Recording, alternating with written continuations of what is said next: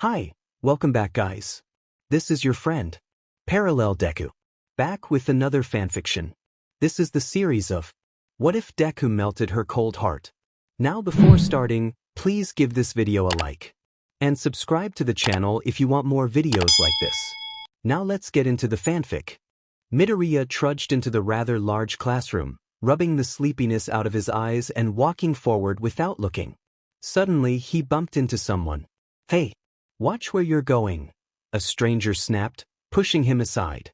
Midoriya stood there, momentarily taken aback. She had beautiful hair that shone in the sunlight, captivating eyes, and flawless skin that seemed to glow. At first glance, everything about her appeared perfect, unlike anyone he had seen before. Hastily, he scurried to a desk and sat down.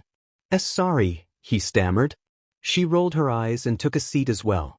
He couldn't help but stare at her, a strange warmth blossoming in his chest. "Why do I feel so warm?" When the homeroom teacher arrived, he announced that they would be participating in a test of some sort. This stirred a wave of nervousness among the students. A test on the first day felt a bit harsh. Bakugo was the first to throw the softball, setting a high standard. Midoriya felt frustrated about his own quirk situation. Everyone else had theirs for years, and of course, they were better than him. But that wouldn't stop him from trying. His mind wandered back to her. I wonder what her quirk is? Maybe it's as strong as Bakugo's. Actually, what's her name? All these questions flowed through his mind, unanswered. The majority of the day, you had your face buried in a book or scowled while staring out the window. Surprisingly, the first day felt boring to you. Most of the time, the same boy kept staring at you and trying to strike up a conversation. But now, it was finally time to go home. You walked down the street, glancing at the setting sun. The refreshing breeze helped cool your simmering temper. "Hey, LN." You turned quickly to see the owner of the squeaky voice. "Would you like to walk with us?" He had two other people with him, and you recognized them. Bubbly Girl, Bone Breaker, and Glasses. What do these nuisances want? And why would I do that? You glared at them, trying to convey your annoyance. "Because you've been alone all day," he mumbled glumly. The boy with glasses spoke up, and the thought of a lecture irritated you. "It's not proper to speak that way to a classmate. Get out of my way or I'll make you regret it," you ordered, turning back toward your house, leaving the boy speechless. "Hey, that wasn't very nice," the girl called after you, her tone annoyed. You simply tossed your shoe at her in frustration and continued on your way home. You could see your house ahead and hoped they wouldn't bother you again. "Honey, where's your shoe?" your mother asked, puzzled. "I threw it at someone," you replied, kicking off your remaining shoe.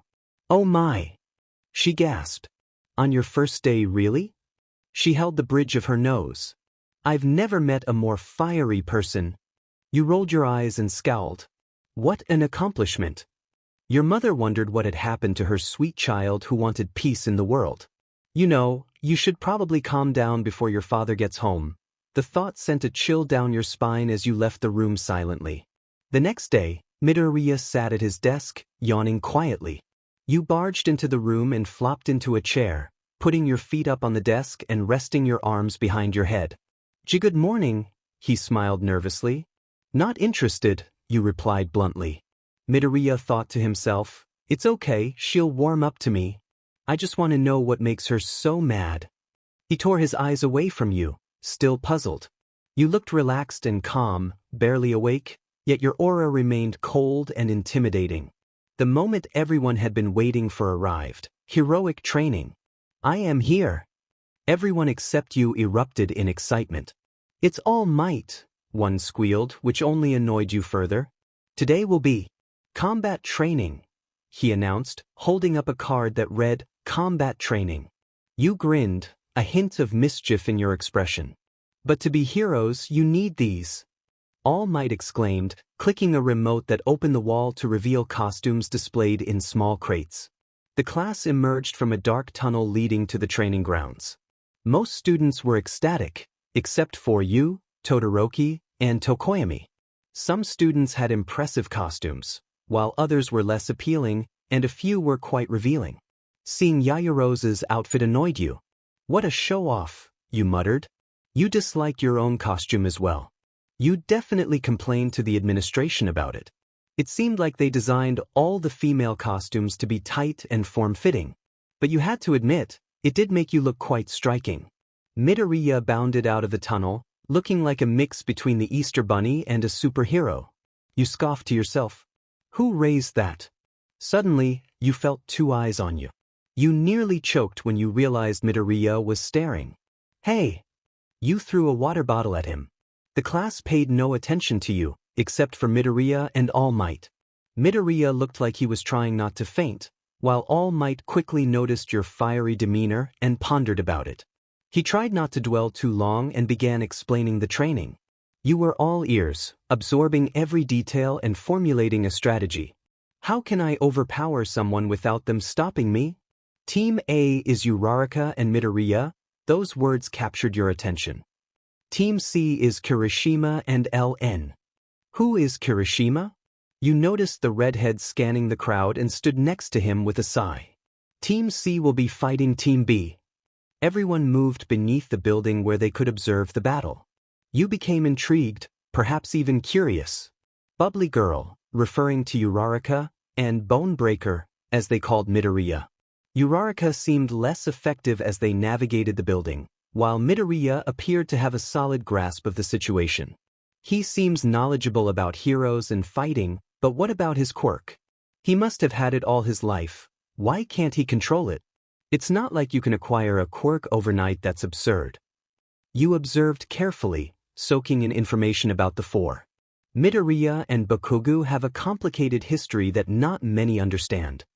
At last, you witnessed what you had been waiting for. He used his quirk, creating a significant impact. Your eyes widened at the sight of the aftermath of Bakugo's attack on Midoriya and his dangerous quirk. All Might broke the thick silence. Hero team wins. The room fell oddly silent. Perhaps they were just worried about a classmate, unlike you, who felt indifferent. Bakugo's sulking annoyed you, as did Midoriya's victory. After the training exercise concluded, All Might delivered a brief lecture before disappearing in a puff of smoke. You began walking back to class, engrossed in a book as usual. The day continued normally until classes ended, and everyone chatted among themselves during the remaining minutes of school.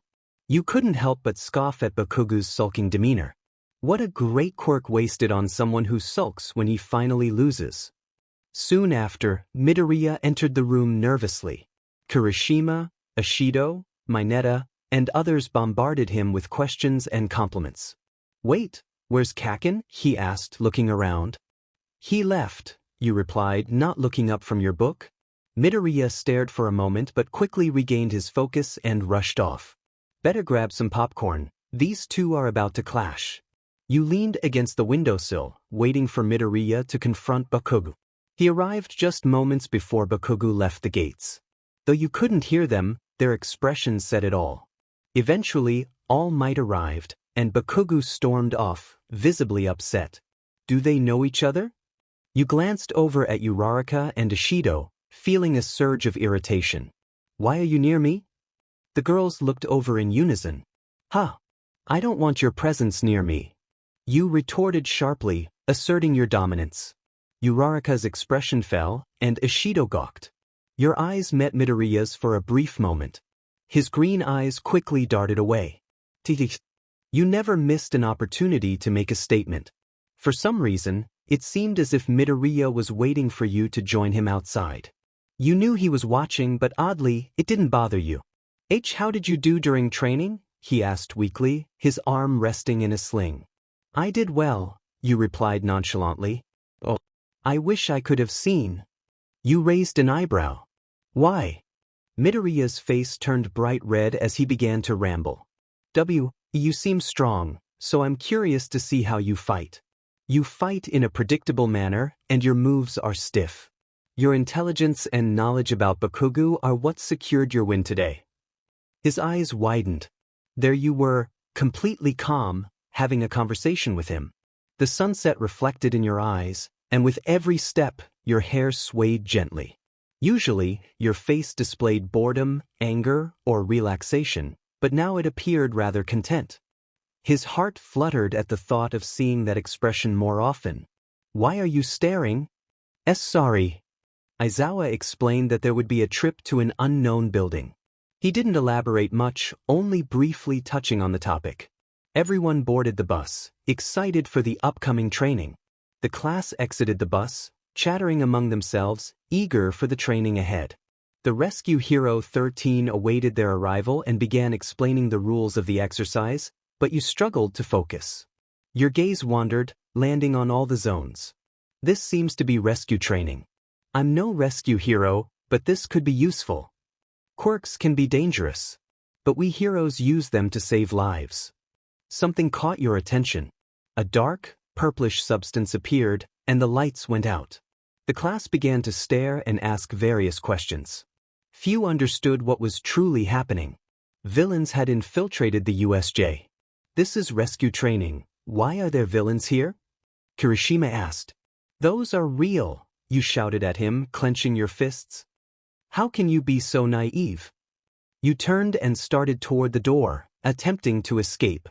We have to leave. Quirk strength 810. Quirk control 910. Brute strength 410. Speed 610. Intelligence 710. Physical traits. If you have long hair, it would cascade down your back.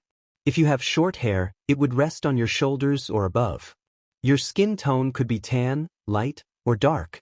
The portal villain reappeared in front of the exit, and you froze. Those despicable villains, you muttered under your breath. The villain had not yet revealed his name but began a speech. We are the League of Villains, here to ensure All Might takes his final breath. Stay out of our way unless you want to face dire consequences. He expanded the misty material surrounding the class. Fortunately, some managed to escape the fog. The others were blinded. You ran, attempting to break free, and managed to throw a hand out of his trap, but it was too late. You were falling. Midoriya opened his eyes only to see a lake. What happened? Is Ellen okay? He closed his eyes, preparing to land in water, but instead fell onto something hard and small. He opened his eyes to see you, and then a face full of water.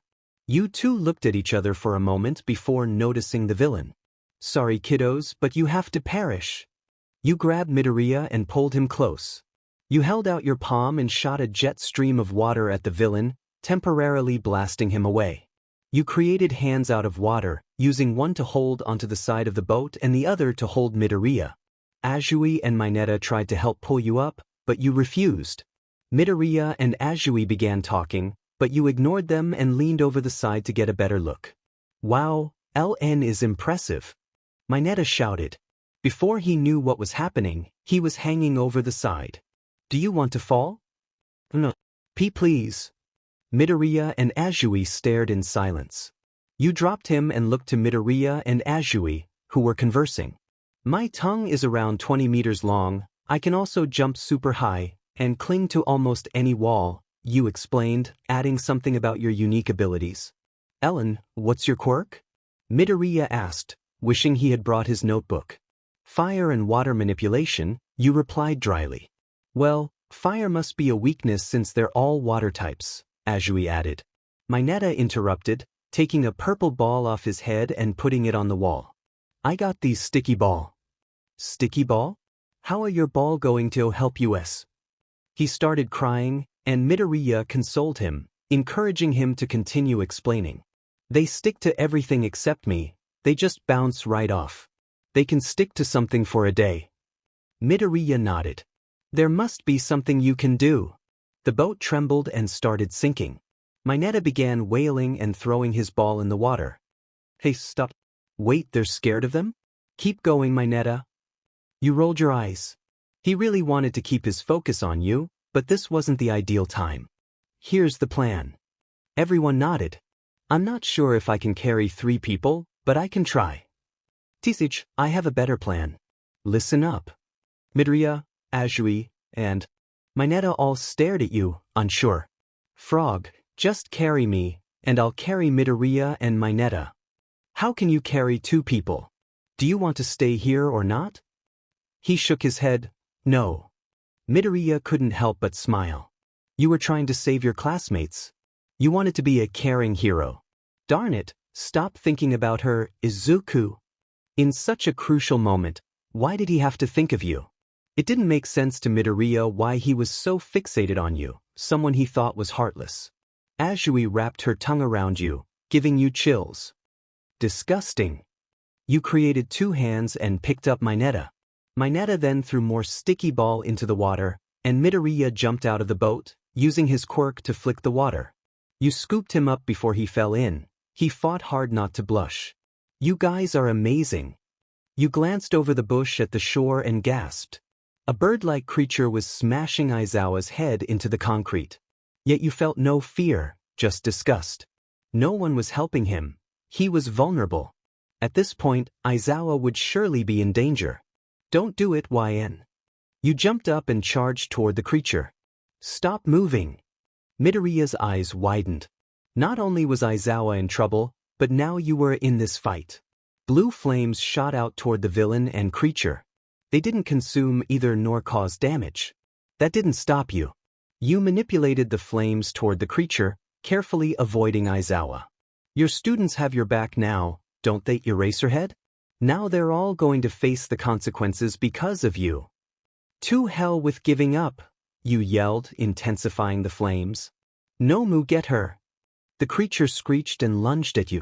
Tears slipped down Midoriya's cheeks. What would happen to you? If Aizawa couldn't handle it, why could you? He mentally scolded you for trying to help. A familiar feeling washed over him. His legs moved on their own again. It took him back to when he was quirkless and tried to save Bakugo from the sludge villain. His arms steamed as he rushed to rescue you. Get away from her. Midoriya. Wind slapped your face harshly. The creature didn't seem fazed. A sign of hope, which felt so foreign in this situation, sparked. The doors burst open, and everyone stopped, holding their breath. All Might emerged, and he wasn't smiling. An unexplainable emotion washed over you, leading to a small smile. He immediately jumped into action, taking out the thugs quickly and getting over to you. He grabbed Aizawa and set him down, then looked to Midoriya, 𝐴𝐿, myheroacademiaweebb, and you. All Might grabbed all 3 teenagers in the blink of an eye. Everybody back to the entrance, and take Aizawa with you. He doesn't have much time left. Why, sir? You saved us, All Might. Midoriya spoke. The villain, who seemed to be the leader, was infuriated. No, no, no, no. It wasn't supposed to go this way. All Might, you can't.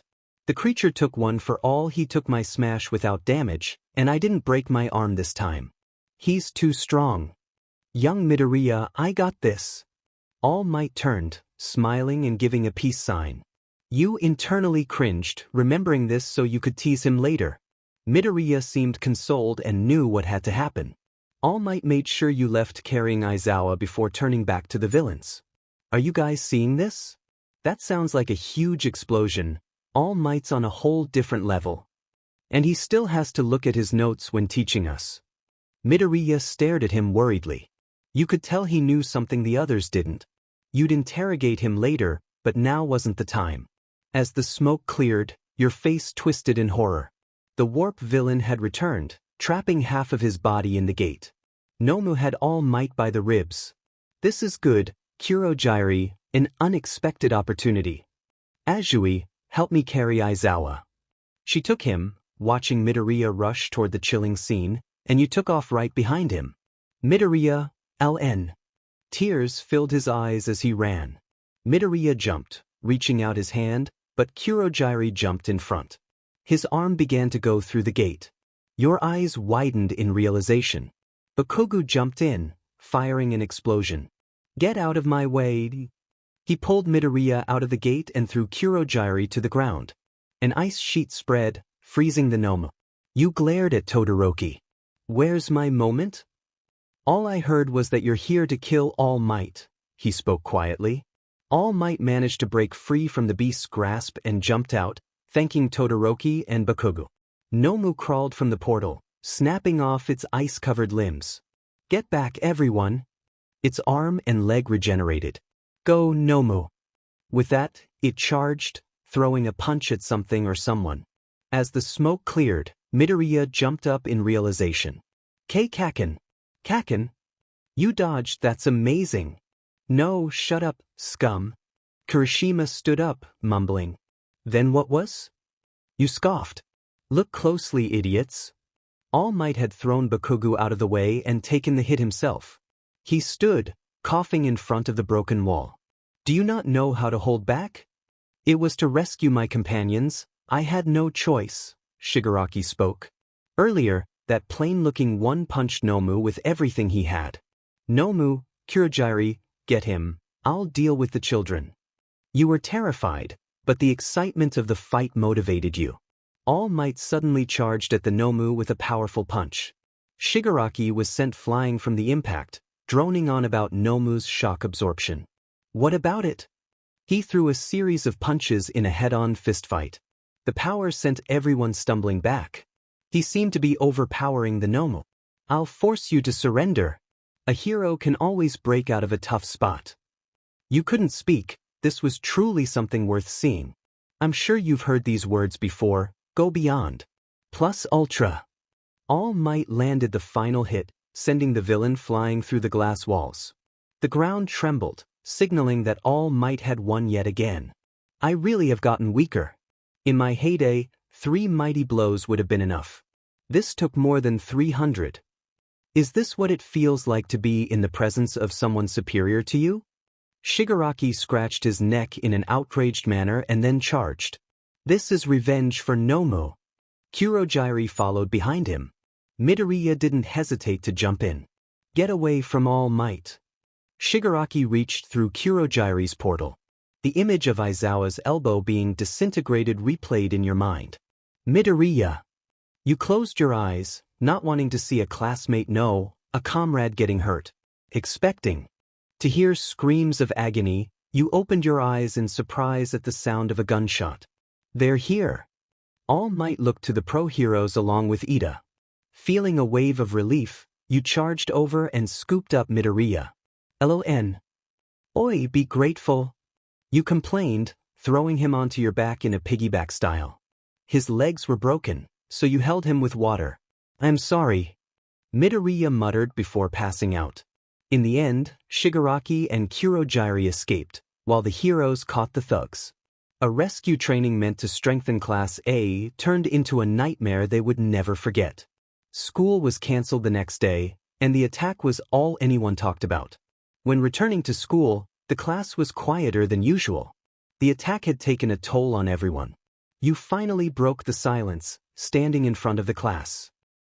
Bakugo. He glared at you, showing he was listening. Fight me.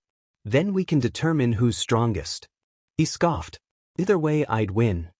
Teeth, pretty cocky for someone who went home in tears the second day of school. You felt pathetic after doing very little during the USJ incident and needed to prove to yourself that you were still worthy of UA. The foo, what did you say to me? Bakugo shouted, his palms crackling with energy. You had embarrassed him in front of the whole class, and he was not having it. After school, let's settle this. You took your seat again, briefly zoning out. You'd get hurt and challenge him again. Midoriya sweat dropped. You weren't one to ask for fights, so there had to be a reason for that. The most puzzling piece was why Bakugo? Aizawa entered the room, fully bandaged and as stoic as ever. Morning, class. Aizawa-sensei? All of you shut up, he said, standing in front of the podium and gaining everyone's undivided attention. The UA Sports Festival is coming up. Kirishima immediately grew euphoric. Let's kick some butt. Kaminari slapped a hand over his mouth. Is this really a good idea? Yeah, what if the villains attack again? Jairu added. The class chattered, completely losing focus. A few thugs can't stop something so important. 1 chance a year, 3 in a lifetime. The sports festival is where you get recognized by pros around the world. I don't want you to slack off on training, got it? Yes, sir. Hey, Deku. Uraraka whispered as they walked through the gates. What is it? What do you see in LN? His face lit up. H-ha. How does Asachi know? Is it that obvious? You know what I mean, Deku. Why does someone like you like her? She asked almost sternly. Midoriya gulped, glancing down. Well, she's beautiful and her personality seemed tough, but what if she's actually kind and sweet? Maybe she just put up a barrier for someone to break through. I want to be the one to do so. Feeling accomplished, you strode into class, feeling like the normal LN everyone saw. One thing intrigued you, Midoriya. He seemed determined even without being in battle. Shy yet brave, weak but strong-willed, and too kind. Something that seemed impossible in your eyes. You intended to learn something from him, yet despite having such an incompatible quirk with his own body, he managed to stay strong. The whole idea perplexed you to a new level. Oi, Bakugo. You caught up to his speed and walked next to him and Kirishima. Coming back for more? The sentence sounded oddly suggestive. No, 𝐂𝐫𝐭𝐲. What am I doing? Finally, Bakugo understood. It could only be one of two possibilities. You had a crush on him, which was unlikely, or you sought companionship, the more likely possibility. Just what do you want? Bakugo, calm down. You won't get a girlfriend that way. Kirishima chuckled at his own joke, but he stopped when he saw your stern face. You brushed off your skirt, scowling as you did so. The walk to the cafeteria was rather peaceful. Kirishima and Bakugo talked, and you all walked in comfortable silence until a certain green-haired male decided to disturb the peace. LN. He called from about 5 feet away. What? You replied coldly. Would you like to eat lunch at my tea table?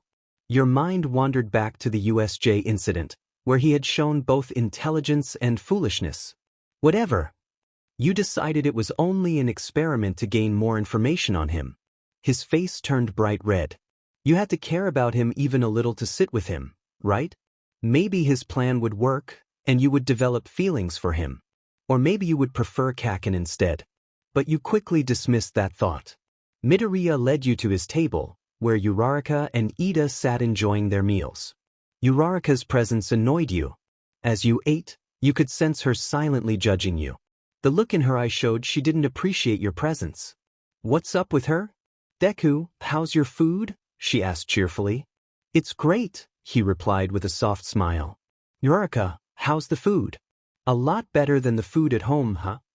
You were aware of her financial situation and decided to use it against her. The same look of disgust returned, and she remained silent. Being who you were, you had to keep teasing her.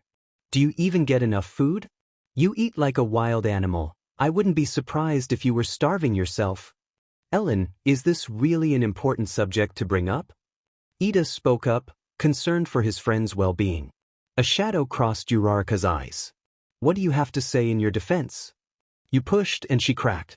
It is none of your business. It's entirely my business, so why don't you just spill? You stated in a demanding tone. What's your family like, LN? You seem to be well-fed. She immediately regretted her previous words upon seeing your face. Outraged, you glared at her. Do you want to repeat that? You grasped her wrist tightly. LN. Your glare silenced Iida. As she squirmed under your grasp, you leaned in and whispered in her ear, "Here's a glimpse of my home life." Then you released her wrist. Midoriya could only stare. Why were you targeting Uraraka? LON. Midoriya managed to speak. I need to have a word with you. You grabbed him by the hem of his shirt and pulled him to the rooftop. You finally released the startled greenette and leaned against the staircase. Is there something why you need? What is your relationship with All Might? Your words took him a moment to process. What are you implying? Are you close to him in some way? His jaw dropped. He had expected some people to have their suspicions, but this was a whole different level. She thinks me and All Might. We're just. Now that I've seen both of your quirks up close, did he somehow pass his quirk to you? And we're just similar. You simply didn't believe his story. Surely he was hiding secrets more than you could ever imagine. He could only hope you wouldn't uncover the truth. Uraraka opened the door only to see a crowd of students. What's going on? She stepped back. Bakugo stepped ahead, asserting his dominance. Move it, extras. You can't just go around calling people extras. Iida scolded, slicing his arm through the air. Tisk, of course you can. You rolled your eyes, standing directly in front of the door. It's not as glorious as you wannabes think. You grumbled. pushing your way through the crowd with a menacing scowl. Midoriya was mesmerized by your boldness. After Bakugo got the crowd to disperse with his threats, Midoriya went off to find you. Yet you were nowhere to be seen. He sighed, feeling dispirited. It was too late, you were gone once again. Why would you stick around and wait for him when you could get someone like Todoroki or Bakugo? It perplexed him how you didn't have a boyfriend, but it also gave him hope that you might be his one day. I wonder if someone knows where she is. He tapped Kirishima lightly on the shoulder. What is it, Midoriya? Kirishima asked in his gravelly voice. Do you know where LN is? Oh, your girlfriend went up to the roof. The term girlfriend caused Midoriya's cheeks to flush. Only in his dreams. Thanks. He then realized that if he went to you without a reason, it would seem strange. He stopped and returned to his usual table. If he wanted a relationship with you, he wanted you to want him, rather than him just chasing after you. He wished he could see your peaceful face enjoying a well-prepared meal. The sports festival was tomorrow, which completely shattered your nonchalant attitude. One thing was clear to you. Midoriya was a hard worker who strived to achieve his goals. As the day neared its end, you came to a conclusion that had wandered through your mind all day. Oi, broccoli! You approached Midoriya with a teasing grin. Why yes, he asked sweetly blushing. Don't take this the wrong way, Green Bean, but I'd like to train with you for an hour or so. Green Bean? The word replayed in his mind. Why are you staring at me like that? Sorry, but Green Bean. You ignored his comment, pretending you didn't hear it. Come on, I'm not staying out past sunset. Wise, ma'am. What do you do? He froze, remembering past events with all might. Various things. Show me, please. He gulped and decided to show you. Please come with me. You obliged and followed him to a spotless beach that used to be littered with trash. Did you do this? You were in awe. It had usually been dirty, more of an eyesore, but now it was beautiful. Yes, he answered unwaveringly.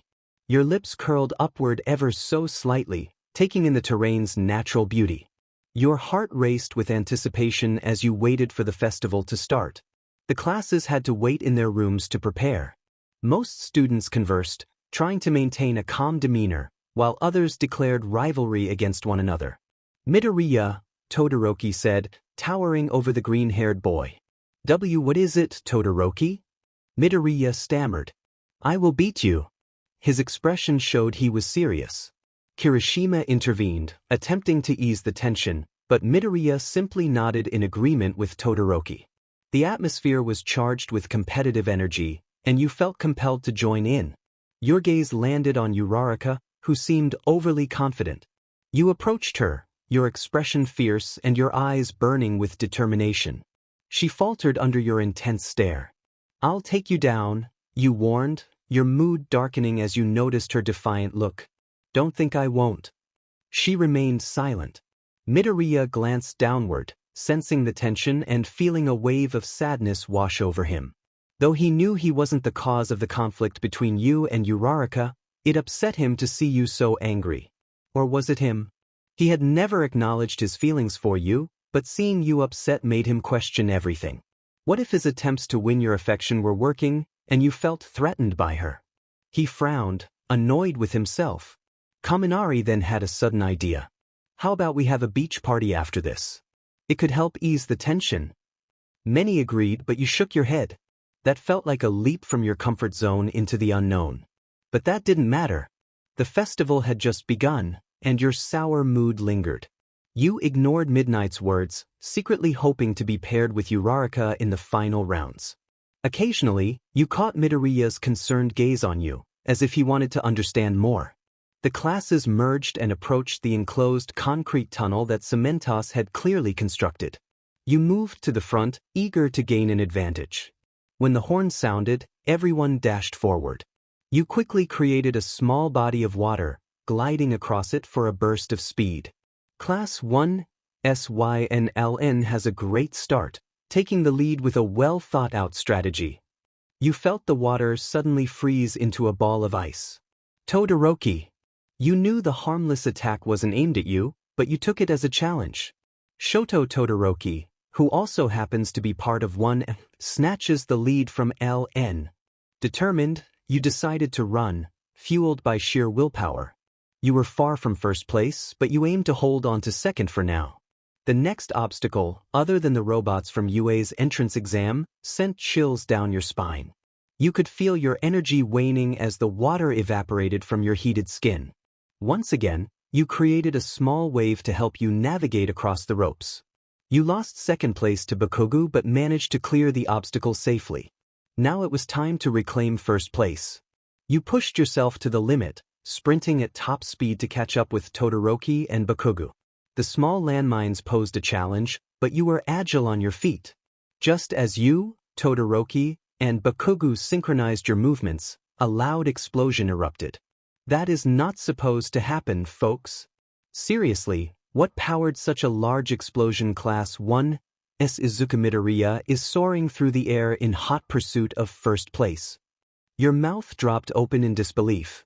You shook your head, realizing you couldn't let him win. Todoroki and Bakugo also tried to catch up. As Midoriya neared, you noticed he had no idea how to land. He landed awkwardly, triggering the mines right beneath you. No way, I'm getting knocked back. You threw your arms forward, grabbing Midoriya's ankles as you were propelled through the air. LN hitches a ride from Midoriya by grabbing his ankles. Now that's the way to do it. You held on tightly, and it quickly became a race, though it was far from friendly. Todoroki and Bakugo were right behind you as you gained speed. Izuku Midoriya wins. Tears streamed down his cheeks as he felt a sense of accomplishment. Your blood boiled with frustration, but you couldn't help but feel happy for him. No words could express Midoriya's joy. He had achieved something significant and made All Might proud. As he turned, he found you standing nearby, looking somewhat relaxed.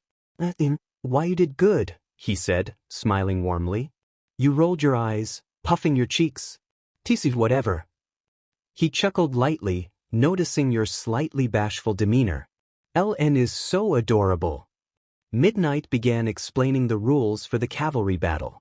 Midoriya realized that everyone would be targeting him for 10 million points. Many students glared at him, eager for the points. You tapped his shoulder lightly. "I'd like to pair up." Midoriya's face turned bright red, and a goofy grin spread across his face. "Oh, of course." You lost yourself in thought, imagining a favorable outcome. "You need strong defenses," you suggested calmly as you scanned the crowd. "Tokoyami and Ida. Tokoyami has Dark Shadow, which excels in offense and defense. Ida has speedy attacks that could be useful."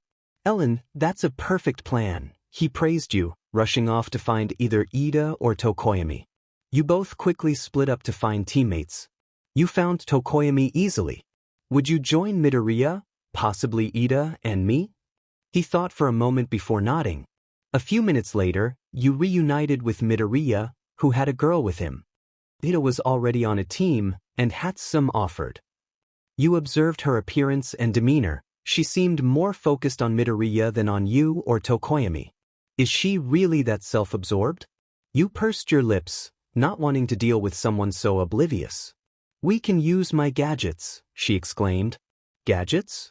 She pulled out her equipment and explained while you watched with skepticism.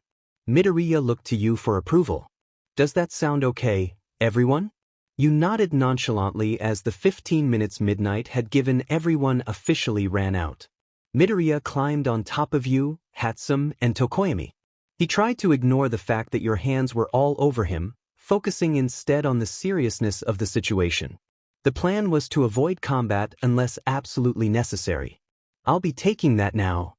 Todoroki's cold voice sent shivers down your spine. Midoriya barely dodged, saving the team from disaster. Kaminari began charging up an attack, and you quickly splashed water onto him, redirecting his own attack back at him. He was now rendered useless due to being unresponsive. Team Midoriya greatly underestimated Team Todoroki, losing the 10 million points.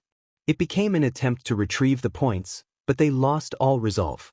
It was a failed attempt, leaving Team Midoriya with 0. Before anyone could feel down, Tokoyami revealed he had stolen an additional 600 points. Midoriya fell to his knees, overwhelmed with emotion, while you bowed in gratitude. He eventually calmed himself and looked back at you. Every time your gaze fell upon him, memories of the USJ and how he rescued you replayed in your mind. You never noticed how much of a hero he tended to be. You locked eyes for a brief moment, causing his face to turn red. He smiled, hoping you had finally acknowledged him. The pairings for the final round were displayed on a board. The first match consisted of Shinso and Midoriya. You scowled, realizing you had not gotten Uraraka, but Kogu did. You thought to yourself, how come he gets to face her? You finally found your match, sighing in dissatisfaction with your opponent, Kaminari. If you were to beat Kaminari, you'd either face Ida or Hatsum. That's when the strategizing would have to come in. Kaminari would be easy. You'd just dodge him until you could splash water on him before he could use his quirk against you. No one knew much about Shinso or his quirk. Perhaps he could have a quirk more powerful than Midoriya's. The match started and ended rather quickly. Shinso managed to brainwash Midoriya, instructing him to walk out of bounds. He did so but somehow managed to break free. Shinso was shocked and you were too. It seemed that Midoriya had found a way to resist Shinso's quirk and stayed silent. Midoriya threw Shinso out of bounds much like he did Bakugo in combat training. The crowd cheered euphorically, shouting encouraging words to him. Wait, but what if LN and Todoroki had a baby?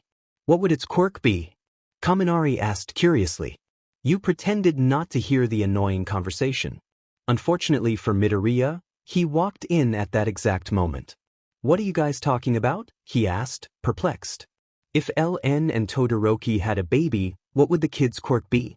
The quirk would either be mine or Todoroki's. We both use fire, so that may stay, and ice is a form of water, so the kid would have either his quirk or mine. Or perhaps it wouldn't have a half-and-half quirk, you explained, pretending not to be intrigued. What about Midoriya and LN? Mina asked, grinning at his red face. Ooh, it'd be super strong. Hagakure answered. The kid would be quirkless like Deku. You rolled your eyes at Bakugo's arrogance. He still thinks Midoriya is quirkless, you thought. Well, he has known Midoriya longer than anyone. What if he was? Though you were irritated by the conversation, Midoriya was amused, imagining what his and your child would look like. A boy with your hair, his freckles, his eyes, and hopefully inheriting your quirk. He glanced at you, smiling. You heard soft laughter coming from beside you. Midoriya? What's so amusing? You asked, observing his behavior for a moment before taking out a book. You began reading from where you left off previously, anxiously shifting your feet while waiting for your match. It finally came. As you got up to go, a hand grabbed your arm. You were going to shout, but the soft, sweet eyes of Midoriya halted you. Do well, okay? Your cheeks tinted a light pink for a moment. You nodded, recollecting yourself. You hadn't felt anxiety all day, so why now? Especially against someone like Kaminari. He was way too overconfident, losing within a matter of seconds. Short-circuited, automatically giving you the win. You looked up towards the stands where your class sat, seeing Midoriya's happy face. He gave you a thumbs up, seemingly proud. Your cheeks flushed slightly at his actions. You observed Ida and Hatsum's match closely, picking up repeated tactics used by both. Hatsum allowed Ida to win, which only worsened your chances of winning. You sighed, wanting to get noticed by pros, as everyone else did. Ellen, are you okay? Midoriya sweetly asked, too pure for your soul. You nodded and left it at that. Todoroki completely overpowered Zero in the first match, which gave you doubts about whether you or Ida could do the job. But Midoriya also had a match with Todoroki next. You leaned back, gazing down tiredly. Though he watched your match, you couldn't stop your heavy eyelids from closing. The only moments you saw were Midoriya getting knocked into the wall. Oh no, I just missed everything. You scolded yourself mentally, wiping a bit of drool from the corner of your mouth. How was that nap? Mina giggled. You were more curious about what happened. Midoriya had to be carried away much like in combat training. You got up and started down the halls for the infirmary. You arrived moments after he did, barging in. A blond man coughed, utterly surprised. Is he okay? You approached and saw his red face. Oh, it seems he's alive. He nodded. I'm alive. Toshinori and Recovery Girl immediately understood what was happening here. Great. After you're out of here, tell me about the match. I'd like to hear everything. You waved and left, leaving the poor boy perplexed and lonely. I always thought it was Uraraka, but it's LN, huh? What are you implying? His cheeks burned. You like LN? He chuckled with the mannerisms of a child. Midoriya enjoyed seeing the playful side of All Might. Okay, I need to prepare for surgery. You two can talk about romance afterward. He thought he was going to die not from the injuries, but from you, slowly worsening his crush. You and 𝐴𝐫 stepped onto the platform with a deadpan expression. LN, who previously took down Kaminari, versus 𝐴𝐫, who advertised for Hatsum. 𝐴𝐫 sighed, clearly ashamed of himself for getting fooled so easily. He intended to make this quick, but you were a strong opponent, so that would not be simple. He instantaneously charged forward, and you created a wave of fire to stop him. If he gets close, it's all over. I need to catch him by surprise, or else I'll be thrown out in the blink of an eye. So you intend to keep me away? He asked from behind the fire. Maybe, you replied playfully, lurking through the smoke. It won't work for long. He lunged, almost grasping your arm. I don't have a good strategy, I just need this to work. You prepared for physical combat rather than using your quirk. It wasn't a very strong defense against 𝐴𝐫, unfortunately. When the smoke thickened, you managed to slip behind him. He was still unaware of your position, but that was about to change. You quickly charged up, preparing to unleash a powerful wave of water. It struck him, pushing him back a few feet, but now he knew where you were. it. 𝐴𝐫 remained silent, gripping you tightly as he ran toward the edge. You struggled to break free. Let go. As you approached the ominous white line, adrenaline surged through you, and you instinctively punched him in the jaw. He immediately winced, holding the bruised area. There it was your chance. You seized his wrist and threw him aside before he could launch another attack. LN wins again. A relieved sigh escaped your lips. You bowed slightly, whispering, "It had to be done, sorry." As you fled the scene, Todoroki's gaze locked onto yours. Now you glared, standing your ground. I'll beat you too. As you returned to the stands, Midoriya's beaming face greeted you. Why, you did great. Thanks. Now let's talk about your previous match. He usually avoided discussing this, but you were an exception. You found a quiet spot away from the others to talk about the match. Todoroki is very powerful, but it seems he exhausted his ice. That gives you an advantage. You nodded, absorbing all the information about Todoroki, even managing a small chuckle. Will you go to the beach party with me? You hesitated. It'll be fun. Fine, but you're going bikini shopping with me. His eyes widened, and his face turned bright red. Your fight was only 2 matches away, yet you maintained your composure. Midoriya often tried to engage you in conversation, but you turned him down each time. If you won, you'd face Bakugo, who seemed even more intimidating than Todoroki. If Todoroki won, he would face Bakugo. Bakugo finished his round with Tokoyami quickly, and now the moment you dreaded had arrived. You inhaled shakily, meeting him on the platform. He had the same goal in mind, winning and claiming first place. The fierce LN versus the undefeated Todoroki. The crowd cheered, clearly excited for the matchup. Without hesitation, Todoroki sent a wave of ice your way. You barely dodged, landing somewhat gracefully. Todoroki didn't hold back, sending more ice your direction. Dodging became less entertaining as time passed. I need to go on the offensive. As another jagged wave rushed toward you, you jumped upward, landing on the ice and charging forward. You collided with Todoroki, feeling a cold sensation creep up your body. Are you immobilized? Midnight called out. Your response would determine the match's outcome. And no, you retorted, irritated. In a bid to escape the icy grip, you ignited your body in flames, rapidly melting the ice away. I need this win more than you, Todoroki declared bluntly. How so? You dodged his attack and managed to tackle him down. It's none of your business. He quickly recovered and pushed you back. You grabbed his hands, shoving him away. Then you don't need it more than I do. You wouldn't understand, he shouted, kicking you in the gut. You stumbled backward. Ellen is out of bounds.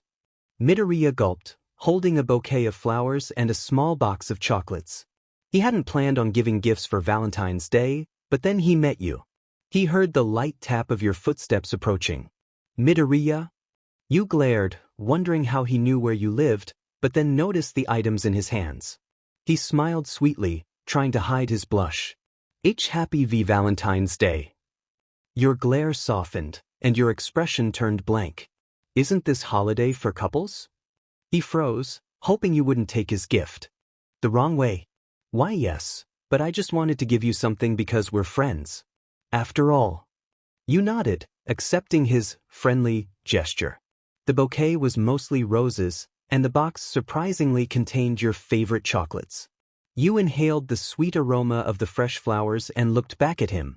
Stay. Stay. You stepped back into your house, leaving him out in the cold February breeze.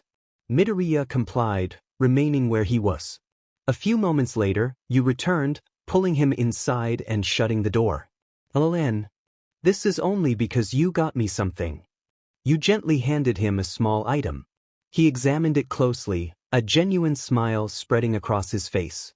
You had invited him into your home, so you must have considered him a friend, right? But right now, his attention was on the gift you gave him, a cute beanie baby snail. Thank you, Ellen. Your cheeks flushed. Whatever. You puffed out your cheeks, looking down at your feet. I appreciate it. You grabbed his wrist and led him to your kitchen, retrieving 2 cups. Do you want tea or something? He nodded, blushing. Moments later, you brought out 2 perfectly filled cups of steaming tea. Thank you. You nodded, blowing on the hot liquid. He took a sip, admiring your beauty while hugging the plush to his chest. He couldn't shake the feeling that you didn't mind him being in your personal space. Midoriya. Your voice broke his concentration. What's the point of Valentine's Day? Why do couples need it? It seems pointless and demeaning to single people. He raised an eyebrow. Perhaps it's just a holiday for couples to show they still care? You remained silent, staring into the strangely colored liquid. Perhaps. For a while, there was a comfortable silence. Midoriya grabbed his napkin, catching your attention. Ellen, you have a tea mustache. You tilted your head, slightly confused. He gently wiped the cloth across your face, caressing your cheek. Your face heated up. Oh, that's enough. You batted his hand away, flustered. He chuckled at your playful side, wishing he could see it more often. I should go. I had fun spending time with you, Ellen. Midoriya stood, taking care of his cup and heading toward the door. You grasped his wrist, avoiding eye contact, and mumbled, can you stay? What was that? He asked, turning to face you. With me. A smile formed on his face. I guess I could stay a little longer. After having your wounds tended to, you found your way back to the stands. Shoot. I missed it. You groaned in annoyance, frustrated that you missed Bakugo and Todoroki's battle. It wasn't that amazing, Midoriya attempted to console you, only irritating you further. He hasn't stopped since he woke up, Kirishima sighed, almost disappointedly. You giggled, amused that they had to put him in such heavy restraints. Everyone began to filter out of the arena. You pushed your way through the crowd, making your way toward a familiar broccoli boy. Midoriya. He turned to you with glistening eyes. Yes, Ellen. Has Bakugo always been like that? You asked, glancing over at the infuriated male. Midoriya sighed, avoiding eye contact. Yes. How foolish, you lost and took it like a man. His face turned a bright cherry red. I am a man? Don't take it the wrong way, green bean. You rolled your eyes, unaware of the effect your teasing had on him. He sent a goofy smile your way, euphoric that you were conversing with him. The girl of his dreams was finally talking to him. Midoriya couldn't help but fantasize about you being his and him being yours. Why are you looking at me like that? He snapped out of his trance, hiding his flushed face. Sorry, Ellen. Principal Nizu canceled school the next day, allowing the students to recover from the sports festival. Some students made plans with friends while most chose to relax.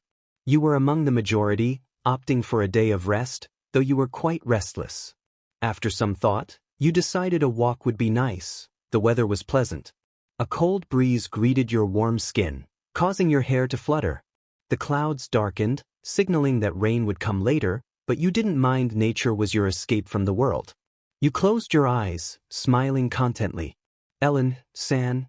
The squeaky voice of a familiar classmate snapped you from your trance. Midoriya? His face turned bright red. How's recovery going? Good. You replied, slowing your pace so he could catch up. Is there a reason you try to engage in conversation with me? You asked bluntly. Midoriya's sweat dropped. If you want to, then text me instead. You shoved your phone in his face, taking his and placing your number in his contacts. He couldn't believe it. You willingly gave him your number. This meant he was making progress, and maybe one day you could be together. Midoriya smiled as he saw the contact name you had saved. YN Crown. You snatched your phone back, glaring, annoyed that you had given in to his kind behavior. The contact he had given you read, Green Bean. How silly. While you mentally scolded yourself, he admired your beauty silently. A small water droplet landed on your nose. Did you just feel water too? Midoriya asked, wiping his cheek. You nodded. It's drizzling. We should go before it starts pouring. You speed-walked, glancing back at the male following you. Aren't you going home? His face turned red. Now he had to lie. My house is this way. Oh, I see. Your house was in sight, and you were waiting for Midoriya to break away, but he never did. The rain became heavy, pouring down on both of you. You grabbed his wrist and ran for your house, tugging him inside. Ellen-san? You groaned, annoyed. My clothes are soaked. Now they're sticking to me, you exclaimed to no one in particular. And mine are too. Midoriya added, and you scanned his body, noticing he was in the exact same situation. Hold on, you replied, taking off your shirt to minimize leakage on the floor. You noticed the hue of his face change to a deep crimson color. He watched you walk away, completely shocked. Ellen-san is so beautiful. Moments later, you returned fully clothed and with more clothes. He quirked a brow, confused. Here, Damas.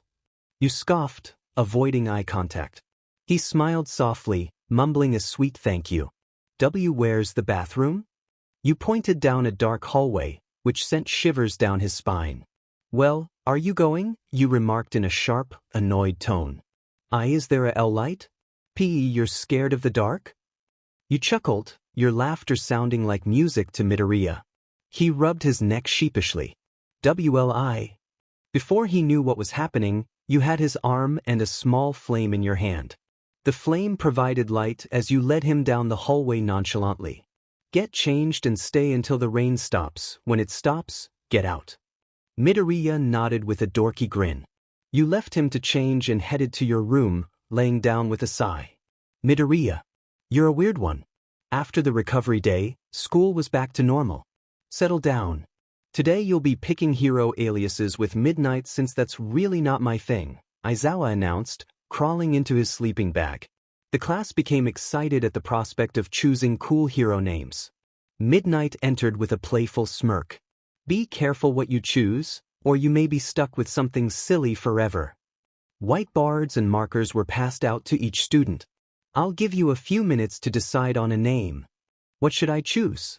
Perhaps something related to my quirk or personality. Maybe even how I look? This is all too soon. You pondered names, feeling aggravated. You noticed everyone else was just as stressed. I think I have an idea. Okay, is anyone ready to present? Present. The class yelled in unison, and the tension thickened. I volunteer, you announced nonchalantly. Okay, go ahead. Midoriya focused his attention on you, curious to see what you had chosen. You flipped the board, revealing the name he had waited for impatiently, HN. I like it. Midnight exclaimed with a wink. You returned to your seat, thinking, HN. I guess that's good.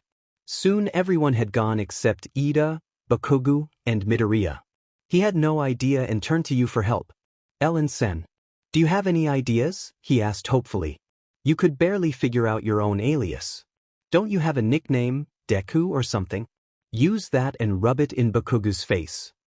His eyes widened in surprise, not at the rude part but at something he had remembered. Deku is the name of a hero. Thank you. He raised his hand, asking to go. Midnight accepted, letting him stand at the podium. Midoriya revealed his name with a sheepish smile. Are you sure about that? You could have that name forever. Kirishima nervously mumbled. You glanced at Bakugo, who was grumbling under his breath. I used to hate it, but someone opened my eyes. Uraraka's mouth fell agape, as if she thought she was the one who had changed his perspective on the name. You scoffed in annoyance. He sat down once more, glancing at you as usual. It didn't take long for Uraraka to realize she was not the special one who had opened his eyes. Jealousy washed over her. Just what is so great about you anyway? ―San. Midoriya called from afar. Sadly, she couldn't hear him over the roaring throngs of people. He sighed slightly, disappointed. Deku, are you coming? Uraraka asked, following Ida to their table. He nodded, glancing at her once more before walking away. I think your hero name is very unique. Ida reassured, and Uraraka agreed. Thanks, guys. LN replied, beginning to zone out. They conversed, attempting to include Midoriya, but failed to earn his attention. Uraraka and Ida called out his name louder each time, but he was sitting alone as usual. Everyone else just faded away, including all the noise. Who cares about all these people anyway? Why do they matter if you're right there? LN seems to converse with me more than usual. That means I can't give up now. A small determined smile spread across his face. He hadn't even noticed her catching him staring. Her gaze hardened into an icy glare. Midoriya mentally panicked until she motioned for him to join her. For a moment, he was shocked but didn't hesitate to obey her command. What is it? He asked, a gleam of hope in his eyes. If you're going to stare like that, just come over here. She rolled her eyes, annoyed by his staring problem. She had never acknowledged it, but the more he did it, the more it irritated her. Sorry, he bowed his head in shame. What an annoyance. She playfully swatted him on the arm. He covered his cheek with wide eyes. Why did you do that? It shocked him. She had never resorted to such actions when he annoyed her. Everyone needs a little wake-up call now and then, and you, sir, needed one. A small smirk spread across her lips. Before he could speak, she interrupted. Just why does Bakugo hate you so much? At her remark, he looked down. I don't really know. He's just always been that way towards me, ever since he got his quirk. He calls me Deku because he thinks it means useless. I don't think I'll ever have an answer for why he bullied me. She stayed silent, intrigued by this topic. So this rivalry has been going on for years? Nonetheless, I admire him. He's always stuck to his word and made his goals a reality. I strive to be like that. I want to be a hero, not just any hero. I want to be number one, like All Might. Midoriya realized he was rambling and blushed in embarrassment. She laughed, teasing him. I'm convinced, and I'm sure other people have their suspicions about you and All Might. You're only making it worse for yourself. He paled, realizing she was 100% correct. He always spoke of wanting to be like All Might, and anyone could tell they had similar quirks. He didn't reply, not knowing what to say, so he simply shrugged. Wow, Todoroki, a lot of pros want you. Yaoyorozu exclaimed, starstruck. It's probably because of my father. Todoroki did have the most votes, but Bakugo had second. Exactly the opposite of how it turned out in the sports festival, she thought aloud. Midoriya, you got no votes. Mineta exclaimed, looking at his pale face. Probably because you fought so recklessly, he added, rubbing salt in the wound. Sen, 102 people want you. That's so cool. Midoriya exclaimed with a soft smile. Her eyes widened, and her face heated slightly. Why is he so happy for me? I've done nothing nice for him, and it's not like we're comrades. Perhaps. She didn't understand why her face had become hot moments ago. Maybe it was just a fever? Midoriya, who should I go with? She asked with a raised brow. He pondered for a moment. Probably someone who matches your quirk or fighting style. He had a point.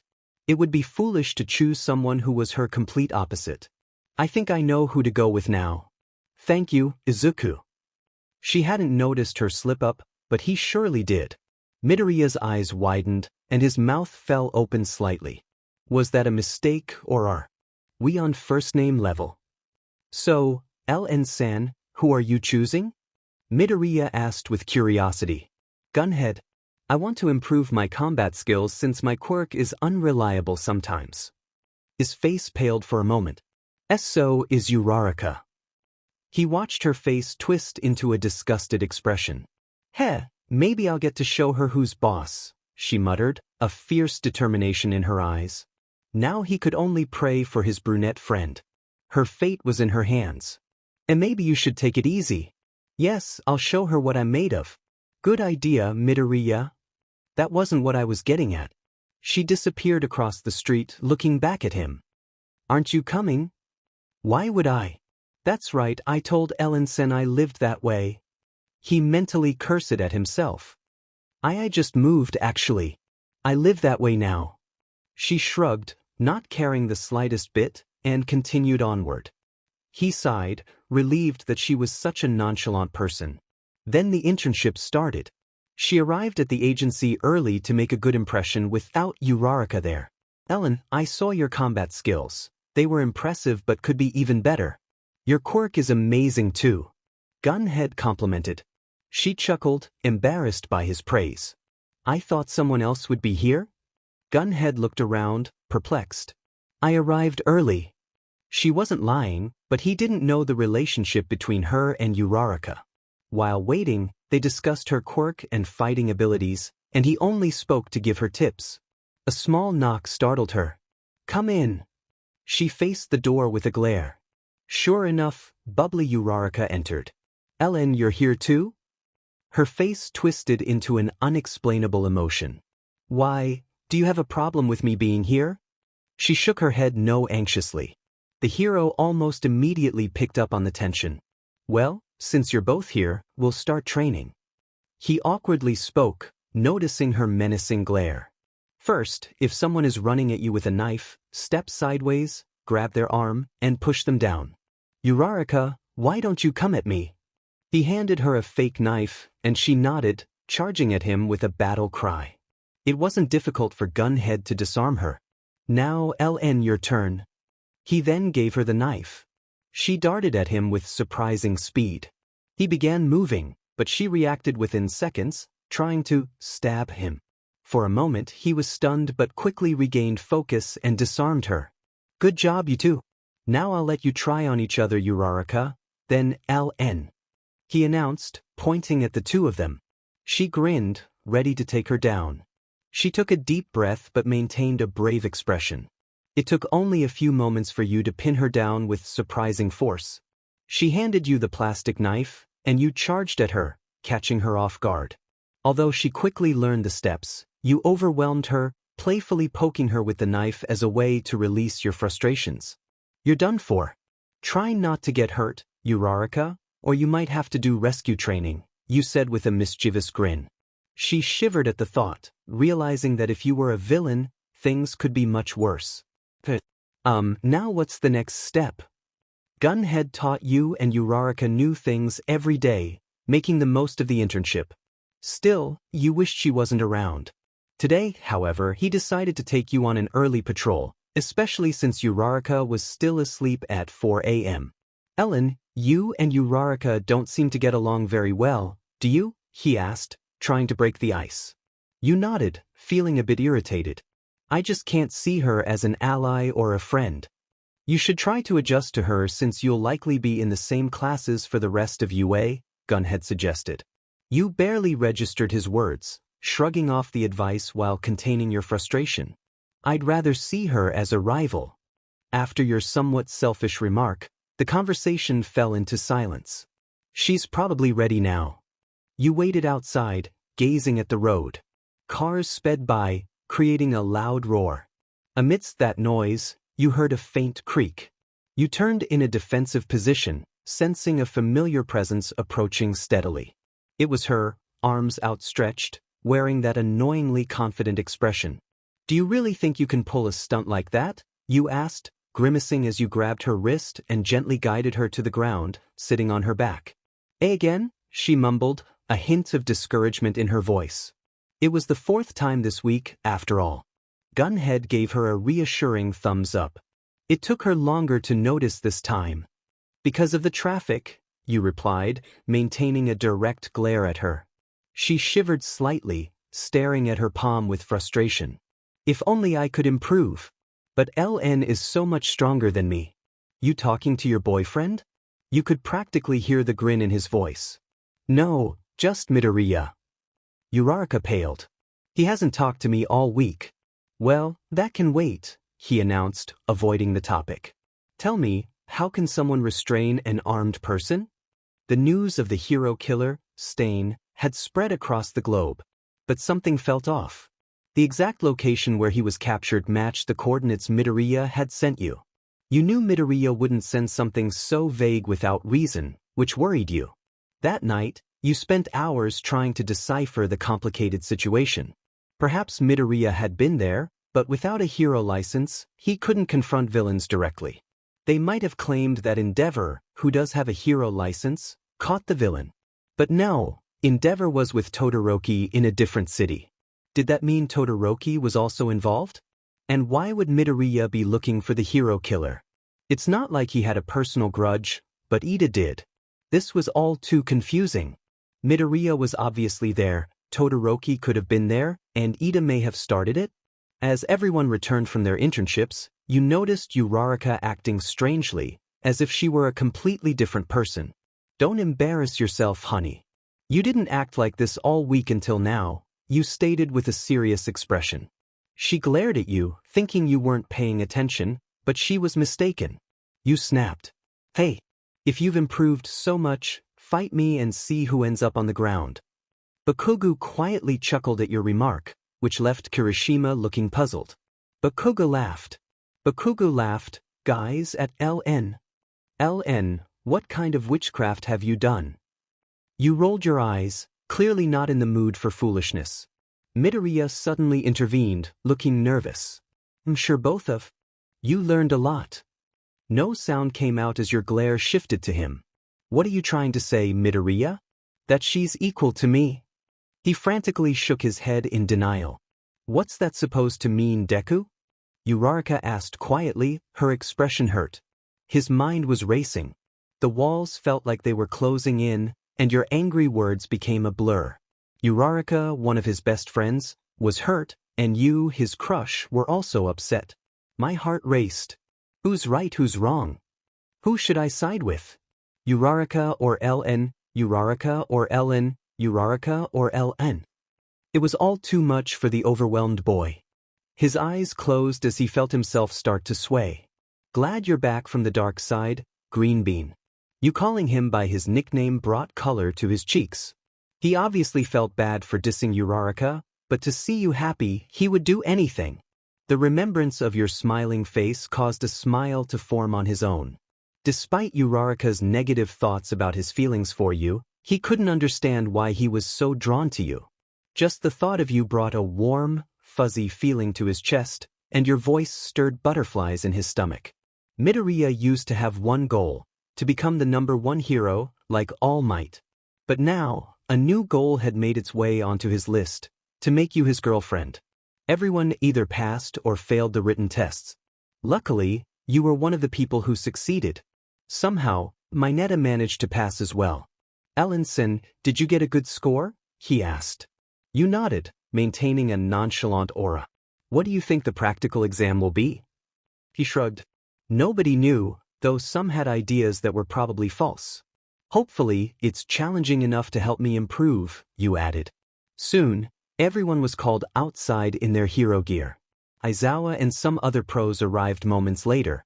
"If you want to go to the training camp, you have to pass this." Aizawa spoke, but he was interrupted by Nizu, who jumped out of his scarf. For various reasons, the exam will be different this time. Principal Nizu? From now on, we want to work on person-to-person combat. So, you'll form teams of 2 and fight one teacher. He gestured to the pros towering over him. The air became thick with tension. How could anyone survive this? Aizawa took the lead once more and began telling the class their teams.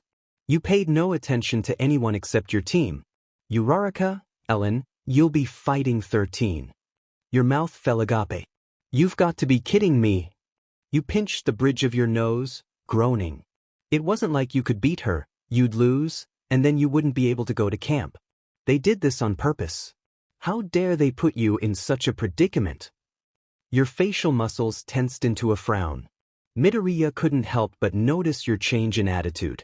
Uraraka's gaze returned to you with a hint of disgust.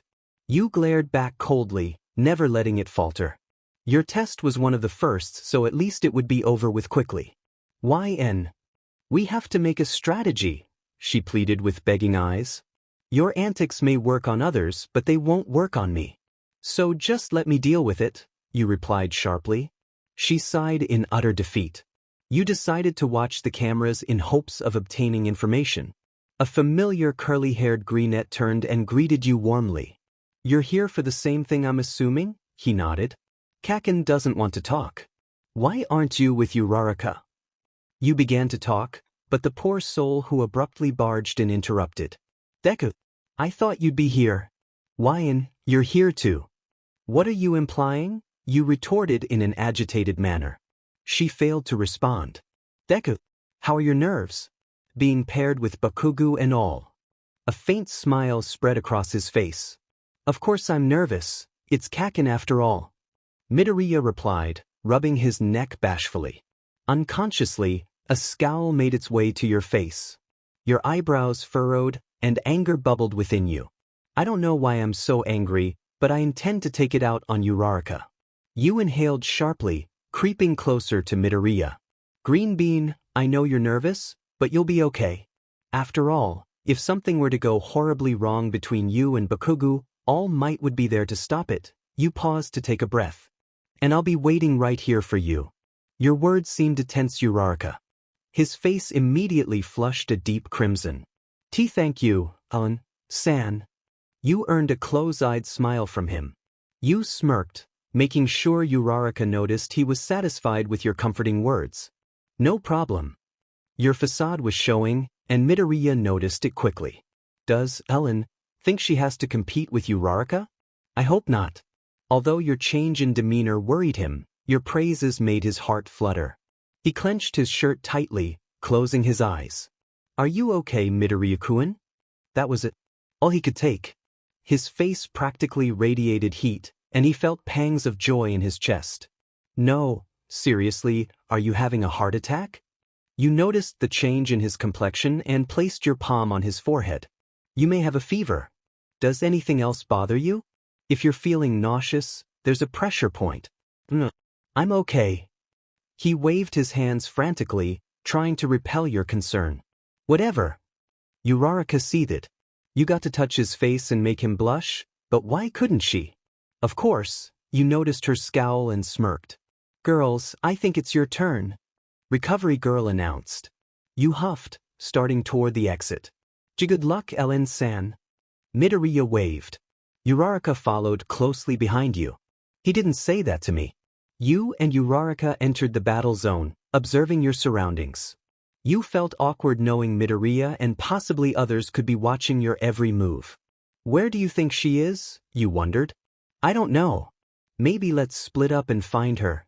She can practically vacuum us into her fingertips. I have a plan. Oi, Uraraka, I have a plan. She looked over, oblivious but knowing you were their only hope. Okay, so here's what's going to happen. Uraraka held onto a railing, looking behind her nervously. As soon as her gaze met yours, she let go, being pulled toward 13. She deactivated her quirk, pulling out HNDCFFS. You pounced, knocking her down and handcuffing her before she could reach Uraraka. You got me. Smart plan. Well, obviously you wouldn't harm a student, so I figured I'd attack while you were focused on her. You shrugged, proud that you hadn't used your quirk once. While you maintained a nonchalant demeanor, Midoriya was wild with excitement. His heart fluttered. You hurried to return to him before Uraraka could. Hey Midoriya. Ellen, you were amazing. You didn't even use your quirk, and that was a well-thought-out plan. Your cheeks flushed a light pink. Thank you, I guess. His grin lasted a few more seconds before wavering. You clenched your fists, perplexed. Why has my heart started racing? Perhaps I'm just overthinking it. Though whatever, let it be. Uraraka arrived moments later, and you could sense her irritation growing. Oh, it's time for me to go. Bye guys, I'll see you later. Before he could step out the door, you instinctively grabbed his wrist, feeling a blush creep onto your face. Good luck. You wrapped your arms around his sturdy frame, resting your chin on the crook of his neck. I've seen couples do this. Hopefully it annoys her. He squeaked, muttering a small, thank you, before dashing out the door. You turned back to Uraraka and watched the cameras. Ida's your only option left. LN-san. Midoriya suddenly regained consciousness. Huh. You halted in your tracks. He looked down, seeing your face next to his. LN-san? His face turned a vibrant shade of crimson. You're probably wondering why. Why am I on your back? You winced at his shouting as your ear rang. Why you're on my back? You grumbled. You passed out from Uraraka's antics. He struggled to form a coherent response. Instead of calming down, he attempted to shift off your back but ended up grabbing something unexpectedly soft. Just what in the world do you think you're doing, Izuku Midoriya? It took him a split second to release his grip and tumble onto the ground. Forgiving, Alan, I didn't mean to grab your tc. Your face flushed with a mix of anger and embarrassment. The third years probably heard the entire exchange, not to mention the passers-by. It seems you're lively enough to walk back to class on your own, humph? You huffed, squeezing your cheeks in frustration. This would definitely be a moment neither you nor Midoriya would forget. Later, once the embarrassment faded, you would certainly tease him about it. Later on that day. I'm still waiting for an answer. Just who do you think is stronger, me or Uraraka? Well, I mean you're both strong. You know she's not as strong as she seems, Midoriya. Okay, fine. I'll admit you are stronger, Hansen. The text brought a smile to your face. You knew the truth, but he needed to acknowledge it too. Everyone was aware, right? After all, people often weren't entirely honest, so who wouldn't praise her while secretly doubting her abilities? All Might didn't hold back whatsoever. Both Bakugo and Midoriya would need to be treated by Recovery Girl after this. You tensed each time either of them got hit by the pro's frightening strength. Luckily, Midoriya and Bakugo successfully escaped, passing the exam. Recovery Girl left quickly, grumbling about her busy schedule. You sighed, knowing she would be occupied with them. He may be expecting my appearance, but he needs to be healed first. Uraraka looked at you with a smug smirk. Why aren't you with Deku? You promised, she teased with a playful pout. You glared, scoffing. Why aren't you with Deku, Ellen? You promised. You rolled your eyes and left, preparing to find anyone interesting to talk to. Midoriya opened his eyes, feeling a dull ache in his head. If I recall correctly, we had just passed the exam? The sky had faded into hues of orange and red. Bakugo lay unconscious on a bed next to him. I wonder how badly 𝐂𝐫𝐿 was injured. He stretched, staring out the window blankly. His thoughts wandered to everything except you. Midoriya? A quiet voice whispered. His vision was fuzzy, and he couldn't see the figure standing before him. Uraraka LN. He met your steely gaze and shivered. Uraraka? Do I look like a plastic piece of junk to you? Neither you nor Midoriya expected a high-pitched snort to boom from the other side of the room. Bakugo was also caught off guard by his own laughter. Did you just snort? You asked, inhaling sharply. No. He retaliated, covering his reddening cheeks. You fought back a laugh that threatened to spill from your throat. Thief whatever. Midoriya, what was it like feeling All Might's powers so intensely? Your curiosity piqued as you sat in a chair a few feet away from his bed. He sat up tensely. It was not scary, he replied, rubbing his neck sheepishly. Michim.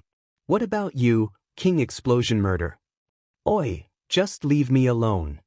You giggled softly, pleased that you were the one to annoy Bakugo. Midoriya felt a pang of jealousy bubble within him. He always wanted to be the one to make you laugh, but Bakugo was the one doing it now. He shook off the feeling with a smile. How was it with 𝐂𝐫𝐿? Alone? Annoying. She's a smug person who thinks she owns your sorry self. You rolled your eyes, furrowing your eyebrows. Once more, Bakugo chuckled at your behavior. I'm not joking, you snapped, your cheeks slightly flushed. What did she ever do to you? Midoriya suddenly asked, catching you off guard. You were cut off by his gaze. Your breath caught in your throat. He had never acted this way before. Are you upset because of your little rivalry with Midoriya? You retorted sharply, glaring at him in disgust. His eyes widened in realization. I was just curious. Why are you trying to mess with two girls, Deku? You know you can't have either.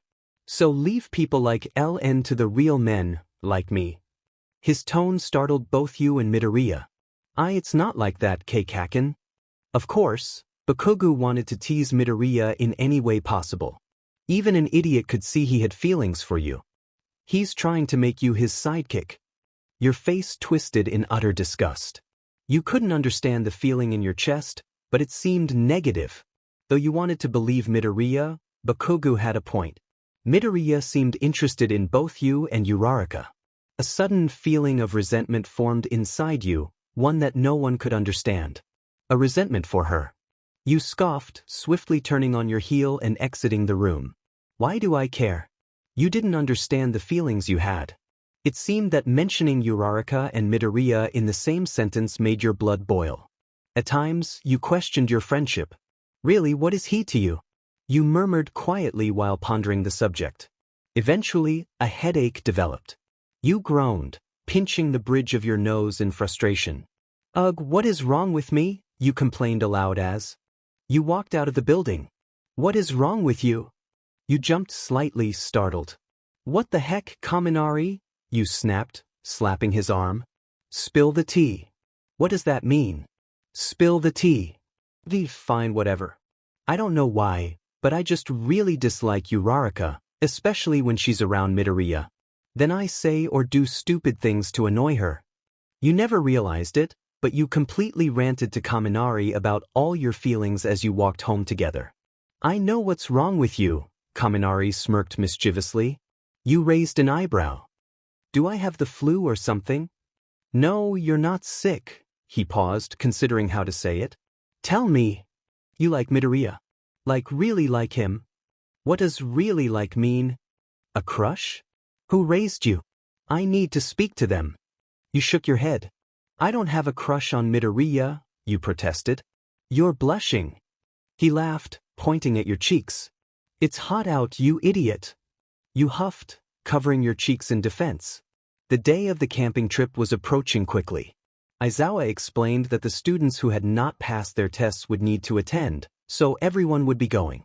A list of necessary items was distributed to each student. You observed the list quietly. Guys, we should all go shopping together. Mina suggested. The girls nodded in agreement.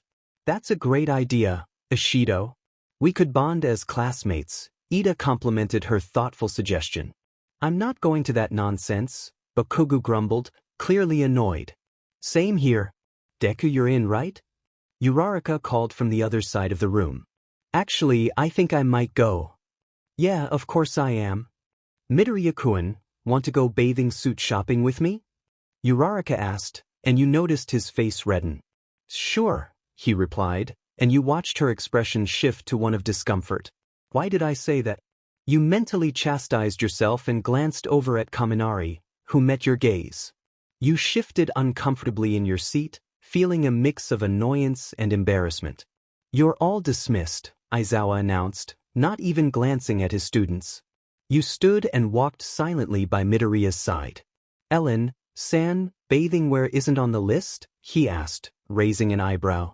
I know, but I need a new one anyway, so if we're shopping, why wouldn't I get one? He seemed to accept your explanation. The class walked side by side toward the mall. I need to get some protection from unwanted attention while we're there. Midoriya sweat dropped, imagining you in a revealing bikini. How long could he last before fainting? He shook his head, trying to convince himself he would be fine. I made Bakugo come, Kirishima announced, showcasing his grumpy friend. Everyone split up and get different items. I have to get bug spray, I'll be right back. I'll come with you, Uraraka smiled, giving you a sideways glance. You felt irritation bubble up inside you. I think it'd be better if I went alone. He noticed your change in demeanor and declined Uraraka's offer. A wave of relief washed over you. You sighed softly, turning to her. The tension hung thick in the air as neither of you broke eye contact. Hey. Ladies, no need to fight, Kaminari said, slinging his arms around both of you. You gasped, ready to push him away, but then realized it was just Kaminari. Uraraka shifted away from him, looking uncomfortable. We're here to bond, you said, rolling your eyes as you left him alone with her. Hopefully, he would finish quickly. There were a lot of strange people around. Green Bean. I'm done. Where do you want to meet up? Although he could never say the words bathing suit to you again, his curiosity about your style lingered. By the camping site. Okay, I'll be there in a few minutes. You sat on a bench, staring down at your phone. Just as he promised, he arrived moments later. Are you ready? He asked. You nodded, standing close to his slightly taller frame. Midoriya's face remained flushed. As you walked, your hands brushed against each other. Each time, he considered holding your hand but convinced himself it was an accident. He sat down on a chair, sweating nervously. Are you hot or something? No. I'm fine, you replied, trying to shrug it off as you headed to the changing room with a few bathing suits. This was it for him. His last moments on this earth. Midoriya nervously shifted in his chair, fidgeting with his fingers. Is it possible to die from a nosebleed? The lock clicked open. He paled, praying you didn't look too good. The door swung open with a whoosh. Tell me if I look ugly or fat. Whatever, either or both. I don't care. You stepped out from around the corner, a light blush on your cheeks. His face flared with color. It wasn't as revealing as he had feared. It covered you well and only showed a hint of cleavage. Either way, it complemented your figure. It looks great, he stammered, giving a shaky thumbs up while covering his eyes with his free hand. If you don't want to do this, I could get Kaminari or someone else to. No. It's fine, I will, he said, almost too eagerly. You shrugged again. 2 left. Who should plan my funeral? After that, you and Midoriya went to gather the items actually on the list. Unfortunately, you had to split up to find the sleeping bags. You hoped Uraraka wouldn't find him. Why do I care anyway? You paid for the items, preparing to leave the store without any of your classmates. Why did I even come? I could have gone alone and not spent so much on a bathing suit I didn't even need. You groaned, feeling mentally exhausted. Yeah, we're having a sleepover. You should totally come. Ashido exclaimed to Uraraka. She nodded in agreement. You rolled your eyes, annoyed. Everyone's coming. Even, LN? Uraraka asked, her tone curious. No, of course not. Oh, good. You furrowed your brows, feeling an inexplicable anger rise within you. If you're going to talk about me, do it quietly, you scolded, your voice rising. They fell silent. You turned swiftly, presenting them with your middle finger as if it were a trophy. They should have asked me so I could have turned them down. The sky melted into a soft purplish hue as you walked home. Stars sparkled down on the earth, and the moon illuminated the path. The breeze carried a sweet scent to your nose. You shivered as you unlocked the door and stepped inside. You didn't bother to speak, MN would be asleep by now anyway. The floorboards creaked beneath your feet as you made your way to your room. Your mind felt clear, yet everything seemed strange. Ding. Green Bean. Have you been feeling all right? Have you been feeling okay? Yeah? Okay, good. I wanted to ask you something. Go for it. Well, the others wanted to go to an amusement park before camp, So I thought I'd ask you to accompany me? I'm not interested in going anywhere with them. I don't want to go with you or be around those filthy apes. Whatever. But we're going at 9 a.m. tomorrow. I'll meet you at your house? Sure. He squealed quietly, feeling giddy. You had agreed to go on a date with him. Although you were unaware, he didn't know that you didn't know. You set down your phone, feeling a mixture of emotions. Your chest was warm, but the feeling of annoyance still lingered. Was he being friendly, or was this some cruel prank? The doorbell rang, startling you. You answered the door cautiously. Oh, Midoriya. Hello. ‑LN, He rubbed his neck sheepishly. YN, is that the boy you were talking about? A voice came from a room away, getting louder as they neared. No. Oh, hi there. I'm Ms. Thamin, but you can call me MN. Midoriya's face flushed as nervousness coursed through him. And nice to meet you, MN. He politely bowed, showing his respect to your mother. No need to be so formal.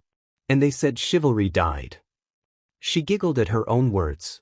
You face-bombed, feeling embarrassed. Well, please, Midoriya, don't keep her out too late if you know what I mean. Ma. Your mouth fell open as you slapped a hand over her mouth. She flinched as you moved your hand away. You awkwardly hugged her and whispered a small, sorry. I'm off. And there will certainly be none of that. You stated sternly. She nodded as you left. No one spoke. Although it wasn't an awkward silence, you wished he would say something. So that's your mom? Mitchum. Why do you not like her? Because that's not cool. You spoke sharply, almost aggressively. No. I like your mom, she's kind. His words calmed the burning fire that was about to be set loose. Unconsciously, your lips curled upwards. Midoriya admired this beautiful moment in history. He didn't and probably would never know your family history, and you didn't want him to. Where are we going? You'll see. You groaned, earning a soft chuckle from him. Midoriya. My man. Wait, why is Felony here? Kirishima whispered in a perplexed tone. Midoriya was just as puzzled. Kirishima pulled him off to the side. You stood awkwardly waiting for him to return. I thought you were bringing your girl? I thought I did. Hey Midoriya. We're all going to an amusement park Sunday. I wanted to ask if you wanted to go and bring your girl. Sure. He quirked a brow in remembrance of the conversation. I meant Uraraka, Kirishima finally added. Why would Uraraka be my girl? He replied, agitated. You guys always hang out, and she obviously has a crush on you. I thought you did too. Midoriya's eyes widened in surprise. Even Kirishima thought Uraraka and he were an item. Of course, he knew you and he weren't a couple, but he really thought Kirishima meant you. Wait, does that mean you have a crush on LN? SSH? He waved his arms around in a flustered manner. Midoriya, you sly dog, go get your girl. He pushed Midoriya back over to you with a thumbs up. What was that all about? Nothing. You shrugged it off, it wasn't your concern anyway. He sighed, relieved you seemingly weren't interested in their conversation. What do you want to do first? He asked, looking into your eyes. You looked around for a moment, seeing the booths and rides.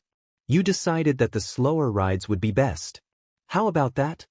You gestured to something mildly fast. Okay. Midoriya seemed skeptical. That. You pointed to the roller coaster. His heart sank. The one ride he dreaded most. Okay. If you're scared, you could always. Hold my hand, you grinned. He shook his head furiously. I'm not scared. In fact, I love that ride. I've been on it a bunch of times.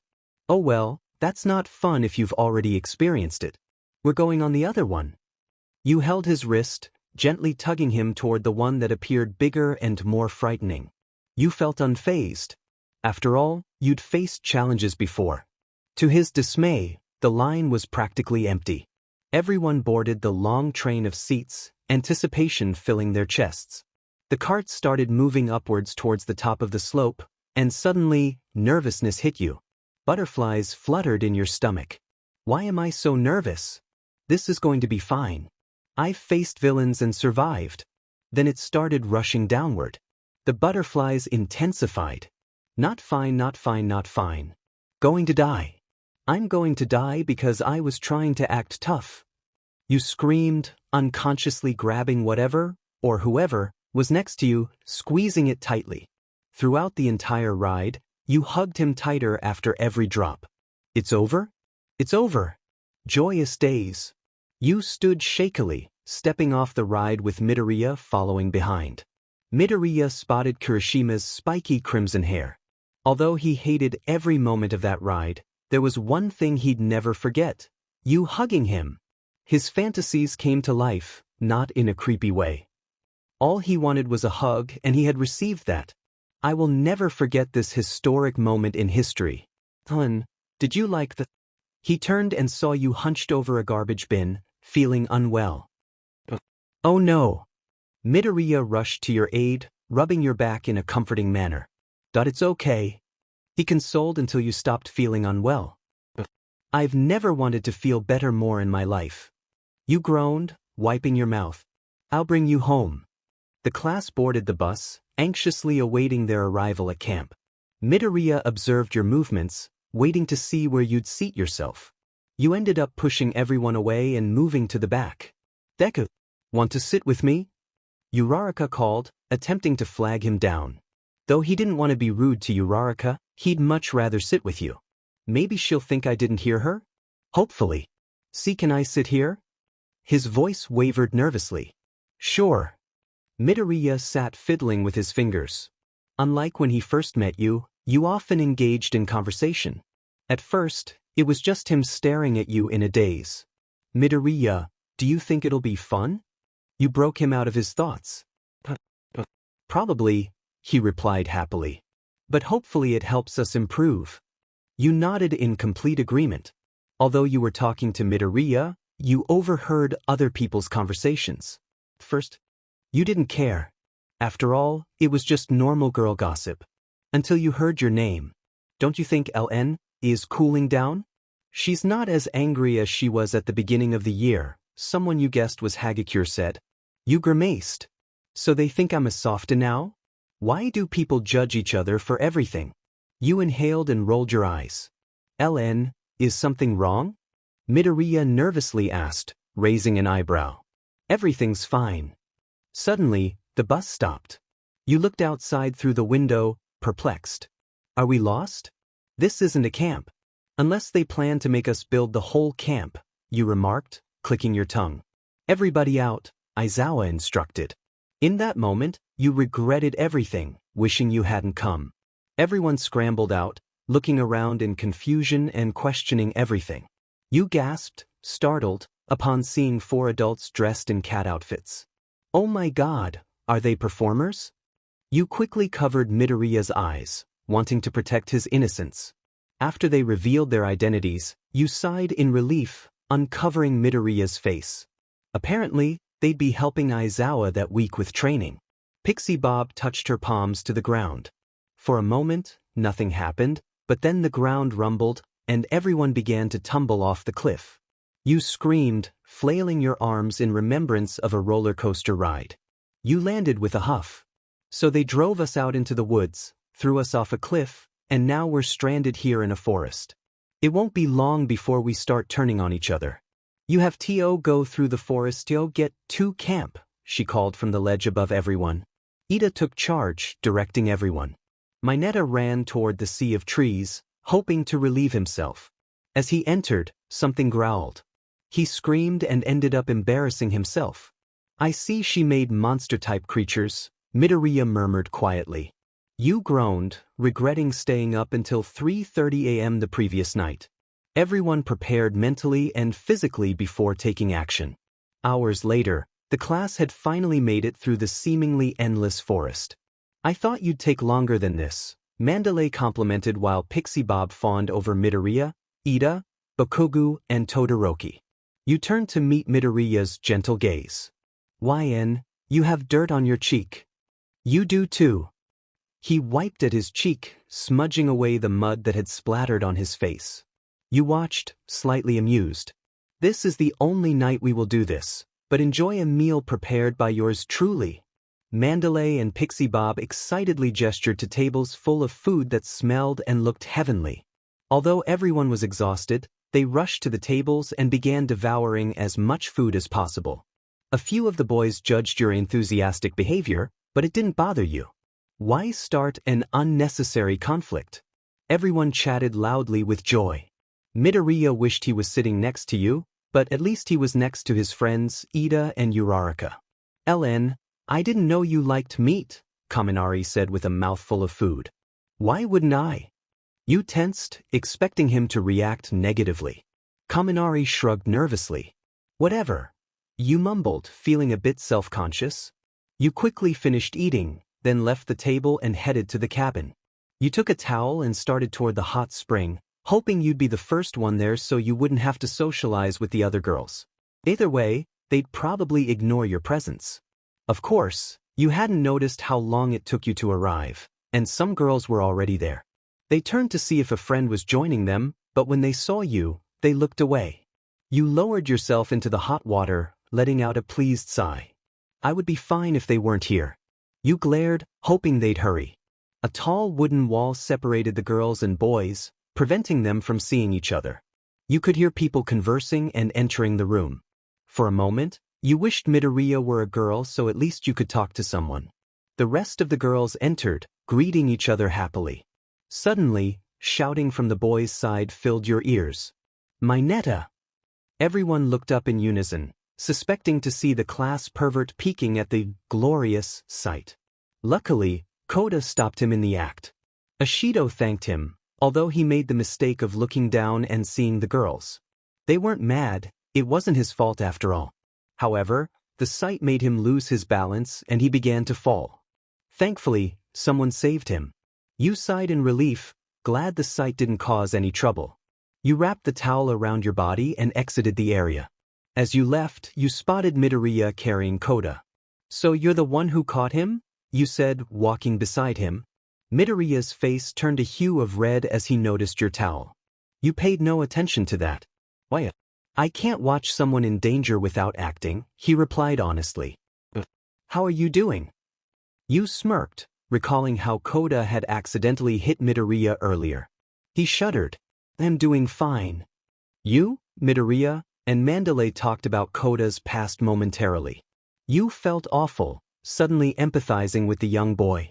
Although you didn't know why, you felt the urge to protect him, perhaps because you were used to protecting your own mother. It's getting late, you two should head back, the woman said, shooing you and Midoriya. You and Midoriya walked to the cabins together. Good night, LN. He blushed and waved. You stared for a moment before responding. Good night, Midoriya-kun. Everyone gathered outside in the dimly lit wilderness, yawning and stretching. You were wide awake, not at all fazed by the early start to the day.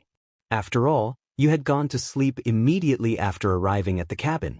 Most of the class wasn't ready and half asleep, barely listening to Aizawa's instructions. He gave everyone 15 minutes to change into their PE clothes and go to the field. You brushed your hair, teeth, and got dressed. I can't be the first at the field. Something might happen that I'll regret, you thought, leaning against the building as you waited for Midoriya. LN, are you waiting for Deku? Uraraka called from over the railing, smirking down at you.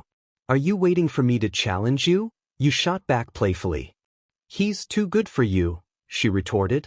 Mineta's too good for you, you replied, rolling your eyes. Finally, Midoriya emerged from the cabin. You ran to him, arriving before Uraraka, who followed closely behind. Good morning, Deku. Uraraka sang happily, her bright smile. Feeling a bit forced. Morning, Uraraka. Hi, Thilin. Did you sleep well? Midoriya asked, a hint of nervousness in his voice. I slept fine. Did you? You replied, a small smile spreading across your face as you noticed Uraraka's expression shift. I slept great. Midoriya blushed, shoving his calloused hands into his pockets. That's great, Midoriya-kun, you teased, perhaps taking it a bit too far, enjoying Uraraka's discomfort. You didn't notice the effect your words had on Midoriya until he wiped away a small trickle of blood from his nose. Are you sure you shouldn't get that checked out, Deku? Uraraka asked, leaning in close to him. He backed away, nodding. You glared at 𝐂𝐫𝐴, grabbing her shirt. I'm going to be as truthful as possible, you said, leaning closer. I don't like this attention-seeking behavior, 𝐂𝐫𝐴. You're trying to win him over and probably take advantage of him. You don't deserve his attention. You pushed her back slightly, causing midoriya to look shocked. You noticed the entire class staring, including Aizawa and the pussycats. I would confront you, but I'd rather participate in this event, you stated. You wouldn't dare touch me, she started, but it was too late. You pushed her back, and in the scuffle, midoriya pulled you away. You struggled in his grip, trying to break free, but he held you firmly. Aizawa stepped in, restraining your hands as well. 𝐂𝐫𝐴 had to sit out until her nose stopped bleeding, while you were sidelined for the entire day, stuck in the cabin alone.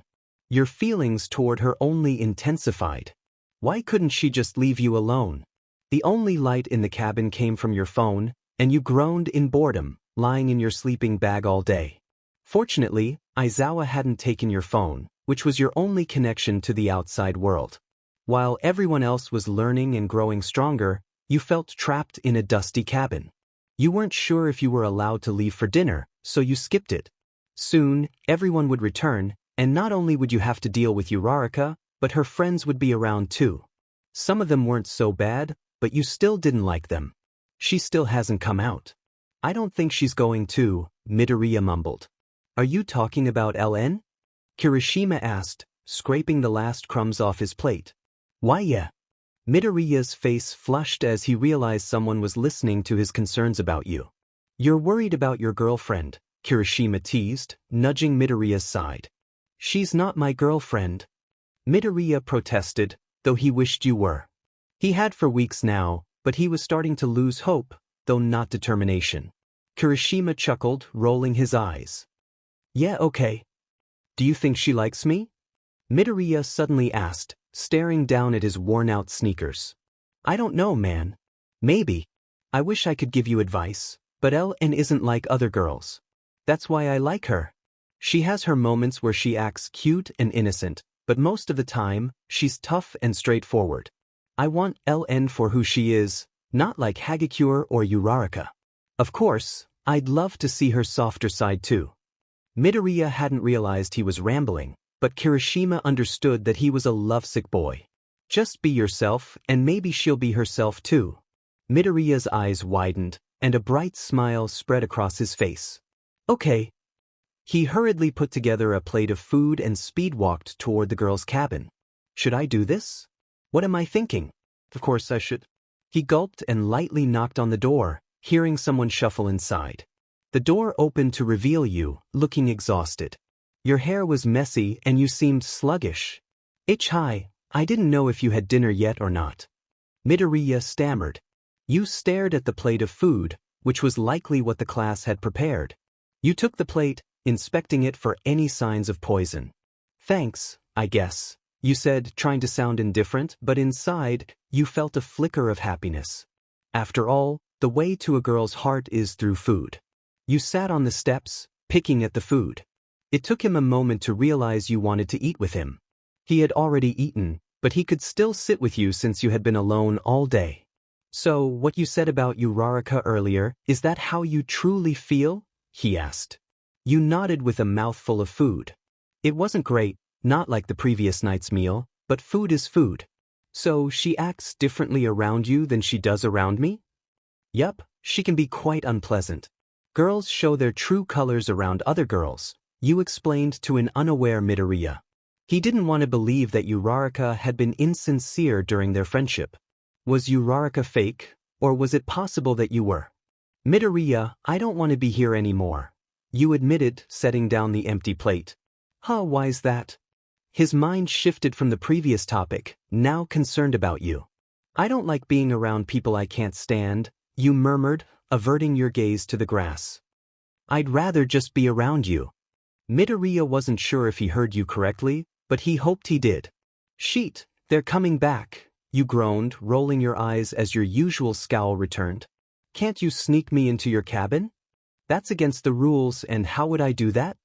I was foolish for asking. Just go, midoriya. You turned back into the cabin with a heavy sigh. His gaze met Uraraka's from a distance. She waved happily. Midoriya nodded and entered his cabin. Bakugo, Kirishima, Kaminari, and Siro were chatting until he walked in. Midoriya, how did it go with your girlfriend? His face instantly flushed. Usually, it was just Kirishima and him discussing that in private, but now it was in front of everyone, including Bakugo. Good, he stammered. Wait, are you dating LN? Kaminari interrupted, eyes wide with surprise. No. Midoriya replied glumly, awkwardly taking a seat. Bakugo groaned at the sight of Midoriya joining the conversation. Well, you should try flirting with her. I think she likes you too, Kirishima smirked at Kaminari. Tell her she has a nice smile, Mineta chimed in, only to be swiftly kicked out. Midoriya wasn't sure about their advice but was willing to try anything to get your attention. He yawned and settled into his sleeping bag, his muscles aching from the intense training they had just completed. Before he knew it, he drifted into a peaceful sleep. Switching to your perspective, you pinched the bridge of your nose, annoyed by the girl's loud chatter. Do you ever stop talking? You finally said. In a firm tone. The conversation halted, and they all turned to look at you. Do you ever stop being negative? Uraraka shot back, a look of disdain on her face. Do you want me to challenge you again? You retorted. Hey, can't we all just get along? 𝐂𝐫𝐿 interjected nervously. If she sleeps outside, yes, you muttered. Just ignore her, Azui suggested, and they nodded in agreement. You sighed and continued scrolling through social media. Hey LN. Someone whispered, tapping your shoulder. You turned to see Ishido. What do you want, Ishido? Let's talk outside. You reluctantly agreed, following her into the cold, dewy grass. Okay, so let's talk about Uraraka. Why do you dislike her? She's just one of those annoying people, you replied. Agreed. She acts so differently at home, or so Tsu says. You nodded. She behaves differently around Midoriya and is rude around me. Thus, I don't understand why everyone likes her. I mean, sure, we're friends, but she can be so annoying. She always talks about Midoriya like anyone cares. She thinks he likes her. I know he doesn't because she probably spent all her family's money on looks. Ishido laughed at your remark. Okay, but seriously, she's trying to steal Midoriya from you. Keep doing what you're doing. Sure, I guess. You replied, questioning your own actions. Everyone participated in various activities to strengthen their quirks. Power-type quirks like Midoriya's required building more muscle to use more power, while emitters focused solely on their quirks. You continuously shot out streams of water, then used your fire abilities to make it evaporate. By the end of training, you were sweating profusely and felt sore all over. That was just one of the consequences of pushing beyond your limits. Finally, the intense training was over for the day. Everyone gathered in a group, heading back to the campsite. Midoriya quickly spotted you in the crowd and waved to get your attention. Rag? He held up a clean cloth. Without a second thought, you took it from him, wiping the sweat from your forehead. Thanks. You tucked it into your pocket to dispose of later. The students began stacking wood in grills to prepare dinner. LN. Midoriya called, wanting you to come over. You approached him, puzzled. Can you light it? You nodded, watching the wood catch fire with soft popping and crackling sounds. He thanked you and bowed, and you told him not to be so formal. You, Todoroki, and Yaoyorozu helped everyone with the fire. You teased Bakugo about asking for help since he kept ruining the grills with his explosions. You shouldn't make your explosions so large if you're trying to get a spark. Oh, just leave me alone. Fine, if you want to be a disappointment, I will. You rolled your eyes, cutting up potatoes and placing them in a pot. Okay, we filled our bellies and cleaned the dishes. Now it's time for... Ishido interrupted the enthusiastic woman until Aizawa shut her down. He wrapped the group of 5 in his scarf, dragging them away to study. Class B will start as our scares, and Class A will leave in pairs every 3 minutes. There are tags with your names on them at the far end of the route. Your goal is to collect those. Revelry, in the dark. Tokoyami mumbled dramatically. To the people who are scarce, it's prohibited to make physical contact. Use your quirks to terrify others. Got it? The winners are the creative students who make the most people jump. Tiger added, earning a laugh from you. All right everyone, draw to see who your partner will be. You took the slip of paper and read it. Mina Ishido. Wait, but she's with Aizawa? I'll just join a team. You approached the first pairing you saw. Todoroki, can I join your team? They messed up, and I have nobody. No, you can't. Sure, Todoroki replied. Bakugo glared at both of you. You smirked at him, sticking out your tongue playfully. You started making your way through the darkening area, steadily growing more anxious. Something felt off, but you couldn't pinpoint what it was. Suddenly, a head popped up from the ground, stopping the three of you in your tracks. You jumped backward into Bakugo, who pushed you forward, almost knocking you over into the dirt. You muttered under your breath until the next scare made you scream.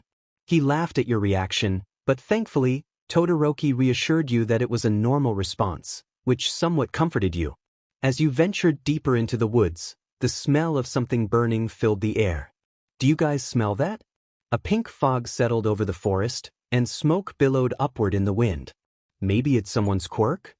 Todoroki suggested. Your anxiety from the scares doubled. But what if it's not? I can't shake the feeling that something's wrong. Your tone was sharp and stern, making the two boys uneasy. The only other time they had seen you act like this was during the USJ incident. Suddenly, Pixie Bob's body emitted a reddish glow before floating toward a man who struck her head with a rock. She fell unconscious. Pixie Bob. Midoriya attempted to rescue her, but Mandalay and Tiger stopped him. After he saw the look on the hero's face, he knew this was more serious than he thought. Where's Kota? You have no right to take away such a happy life. Tiger shouted at the villain who had just struck Pixie Bob. Tiger will stay here. The others and Ragdoll know. Ida, you lead everyone back to camp. Okay, Ida replied, noticing that Midoriya wasn't budging. Knowing him, Ida feared he would injure himself. Midoriya. Mandalay. I know where Kota is. I came over here for a vantage point but found someone who's not on our list. Also, I like your hat. They gave me this silly mask because I'm new. They mentioned something about a shipment and couldn't get me anything good. Why don't we trade? Kota whimpered, running in the opposite direction as the villain threw his mask on the ground. Quickly, he jumped in front of the young boy, blocking his path. Muscle tendrils grew from his skin as he spoke. Why don't we have some fun up here, kid? Ready? It's you. Papa, Mama. The large man raised his fist, preparing to strike Kota. Unexpectedly, someone pushed Kota away, and they both tumbled a few feet. What are you doing? Midoriya coughed, sitting up and glaring. You're on the list. Midoriya questioned himself, wondering if he could actually fight Muscular and protect Kota at the same time. Hey, I promise. Everything will be okay. Minute. Bakugo groaned, covering his mouth. There must be a villain with some sort of gas quirk, Todoroki murmured, carrying someone on his back. I'm worried about everyone still moving forward on the trail. Yes, but they all know we're under attack. They must have heard Mandalay's telepathy, you responded, attempting to calm Todoroki's worries. Hopefully, Ragdoll can take care of everyone else. Are you telling me what to do? You held out your arms, stopping them. It took a moment before they noticed what halted you. Someone knelt hunched over in a black bodysuit. What group was in front of us? Tokoyami and Shoji. He stared down at a bloodied hand, admiring what he had accomplished. He stood slowly, muttering about beautiful flesh. I have a job to do. He turned, his mouth agape with metal. A sinister smirk crossed Bakugo's features. No fighting, huh? We've discovered one of the targets. Kaken, you should avoid battle and stay in a group. Get out of my head, he growled, charging toward the villain. He shouted out a sharp, hard material, but fortunately, Todoroki blocked it with ice. Didn't you listen to Mandalay? They're here for you. Todoroki scolded. Telling us not to engage, then telling us to. I get the feeling it's all Deku's fault. Well, I don't care. He moved around swiftly, showing he wasn't new to fighting. It seemed as if his teeth had undergone a change and could shoot outwards. "Show me your exquisite flesh." You shuddered, feeling your stomach churn at the words. "None of us can use our fire quirks, or we could endanger everyone." Todoroki stopped Bakugo in his tracks. "My water quirk won't do anything against him either. What can we do?" "LN, just put the fire out when I'm done." "I guess I could." A loud crashing noise rang out, along with the ground trembling. "I see ice. They're fighting." "Midoriya? You guys, give us some light." Shoji yelled with wide eyes. Dark shadow crashed into the villain while Tokoyami tried to calm his raging quirk. "Flesh. I'm the one who gets to see it. Don't steal this from me." Moonfish lifted himself using his quirk, shooting at Dark Shadow. Dark Shadow easily took down the villain while Bakugo smirked, watching it happen. Bakugo, Todoroki, and you lit large flames, continuing with the plan to calm him. Little by little, Dark Shadow grew smaller until Tokoyami could suppress him. "Thanks, you saved me," he mumbled, sweating. "Are you okay?" Your gaze landed on Midoriya, who rested on Shoji's back. You gasped, clasping a hand over your mouth. "Holy cow! What kind of trouble did you go through?" "I am okay." He reassured you and explained that the villains were after Bakugo. You didn't listen, only staring. His arms were purple, blood stained his face, and his skin seemed to be almost torn in certain areas. "Okay, so our mission is to get Bakugo back to camp safely while protecting him." "I understand." Bakugo stood in utter confusion, looking around at the terrain. "I don't need any of your help." Everyone ignored him.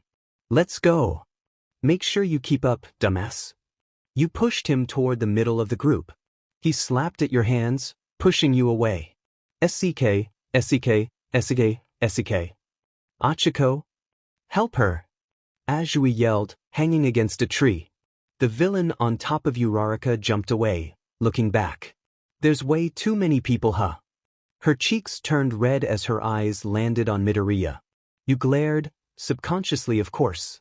She ran away, managing to escape by a hair. "Who was that?" Todoroki questioned with a disgusted tone. "Uraraka, you're hurt." Midoriya stared, worrying about her. You clasped a hand over your mouth, struggling to hold back laughter. "Dumb girl can't even fight that villain. She got what she deserved." But that girl was eyeing Midoriya. Is he possibly a target? "We're protecting Bakugo and heading back to camp," he briefly explained to the females. "Wait, where is Bakugo?" Everyone turned, seeing that Bakugo was gone. "Nice trick, right? I took the guy you're talking about."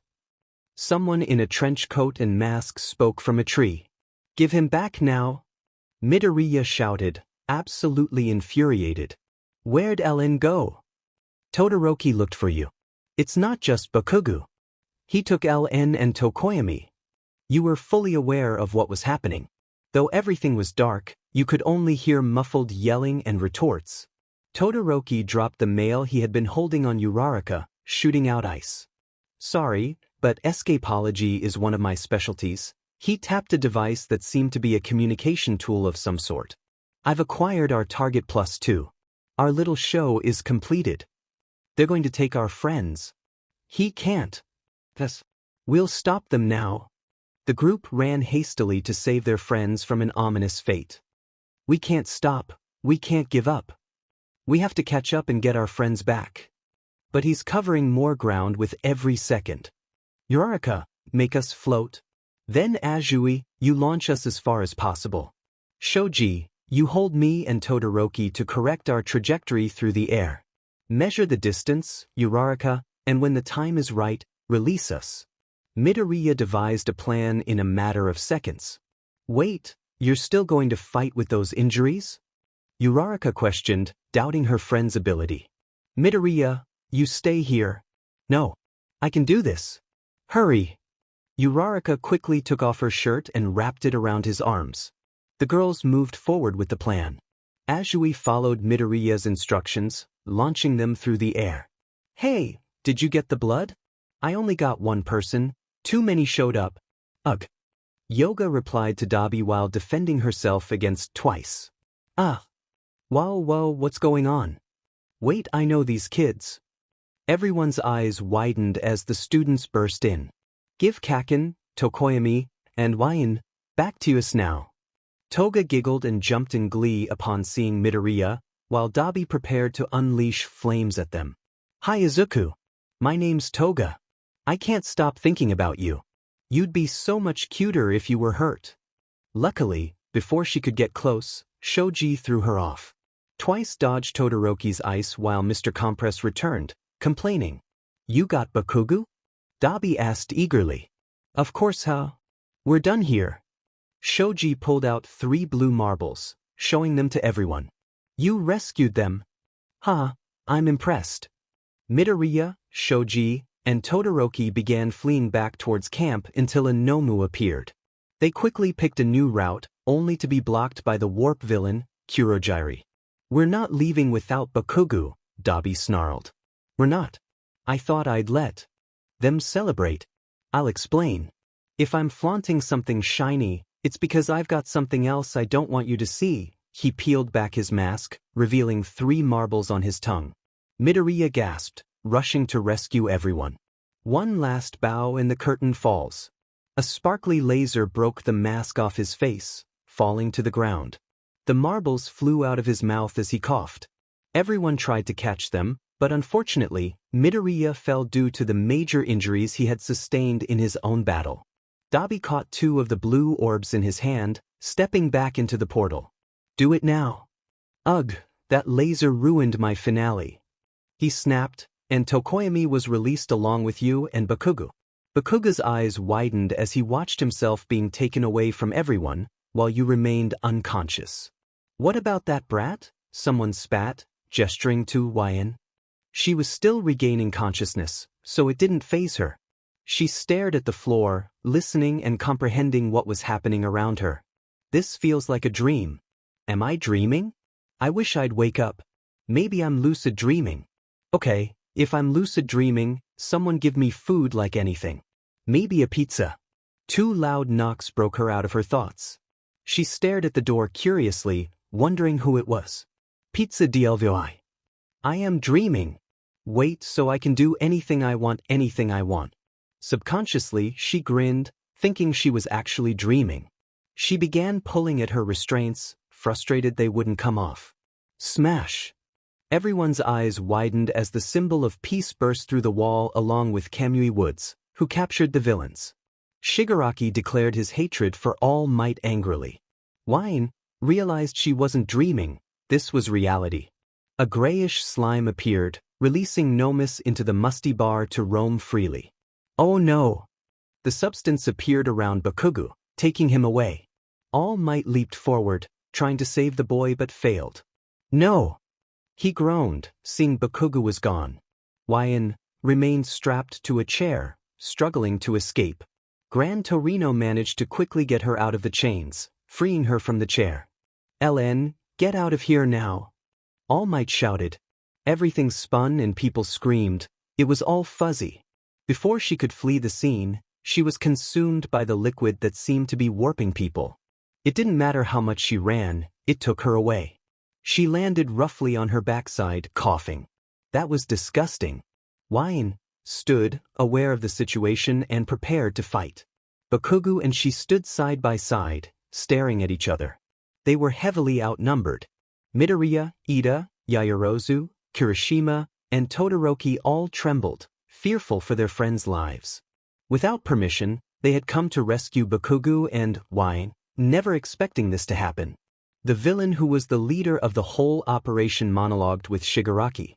At the end of his speech, he held out his hand, saying something along the lines of, "Start over as many times as you need, I'm here to provide you with help." There you are. All Might came through a cloud of smoke, attacking the leader. You will be returning my students, all for one. Have you come to kill me a second time, All Might? The sheer power of All Might and All for One broke the ground, stirring dirt and dust into the air.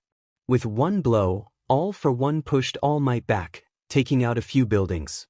Bakugu, we need to get out of here, Wyan demanded, sweat dripping down her face. He nodded in agreement.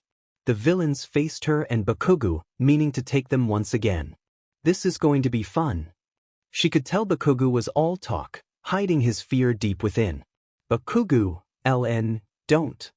He tried to get to them, but all for one stopped him. It was 6 against 2, and they wanted them gone immediately. They would drag them away. YN and Bakugo dodged attack after attack, firing their own in between. A loud crash caught her attention. She turned to see a huge slab of ice and what seemed to be figures on top of it, sliding down. Kirishima held out his hand, looking back with determination. Come on. Bakugo blasted himself away, escaping with the others. YN gasped, realizing the probability of being taken again was high. Fear struck her and her heart dropped. Her gaze fell on him. What if I never see him again? LN. Todoroki called with Yaoyorozu next to him. Without hesitation she ran to them, sighing in relief. The cluster of villains couldn't stop her. They were still bewildered. They all ran together, escaping the battleground. I thought, you were going to leave me, she mumbled between breathless pants. We wouldn't leave a friend behind, Todoroki responded, leaving her astonished. Friend? In that moment, she knew she should have been nicer to her classmates. If she put in effort, they would actually acknowledge her. Those past months, it wasn't them, it was her. I'm sorry. She struggled to hold back the tears welling in her eyes. The three of them moved to a safe distance, blending into the crowd. No one spoke, only watching the helicopters that had begun broadcasting on a large screen. The horrifying battle raged on, leaving everyone petrified for their lives. Fortunately, All Might won by a narrow margin. That was the last battle he would participate in, leaving a bitter taste in her mouth. Ellen, we're leaving now.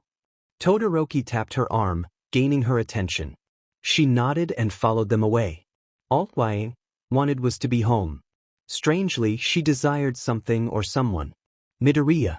YN received countless texts and calls from Ishido and Midoriya but only answered Ishido's. She couldn't bring herself to answer his. Whenever she thought of him, her heart fluttered, her cheeks warmed, and a soft smile spread across her lips. The reason why was unknown, which is why she asked Ishido for help. Number 1 beach, I think I'm dying. Pinky, how? Mama will come nurture you back to health. Number 1 beach, I think I have a heart attack whenever I think about Midoriya. Pinky, explain. Number 1 beach, my heart races, my face gets hot, my stomach stirs. Pinky, it's not a heart attack. It's love. You're in love with Midoriya. When are you going to tell him? Can I plan the wedding? Oh please, I really want to plan a wedding.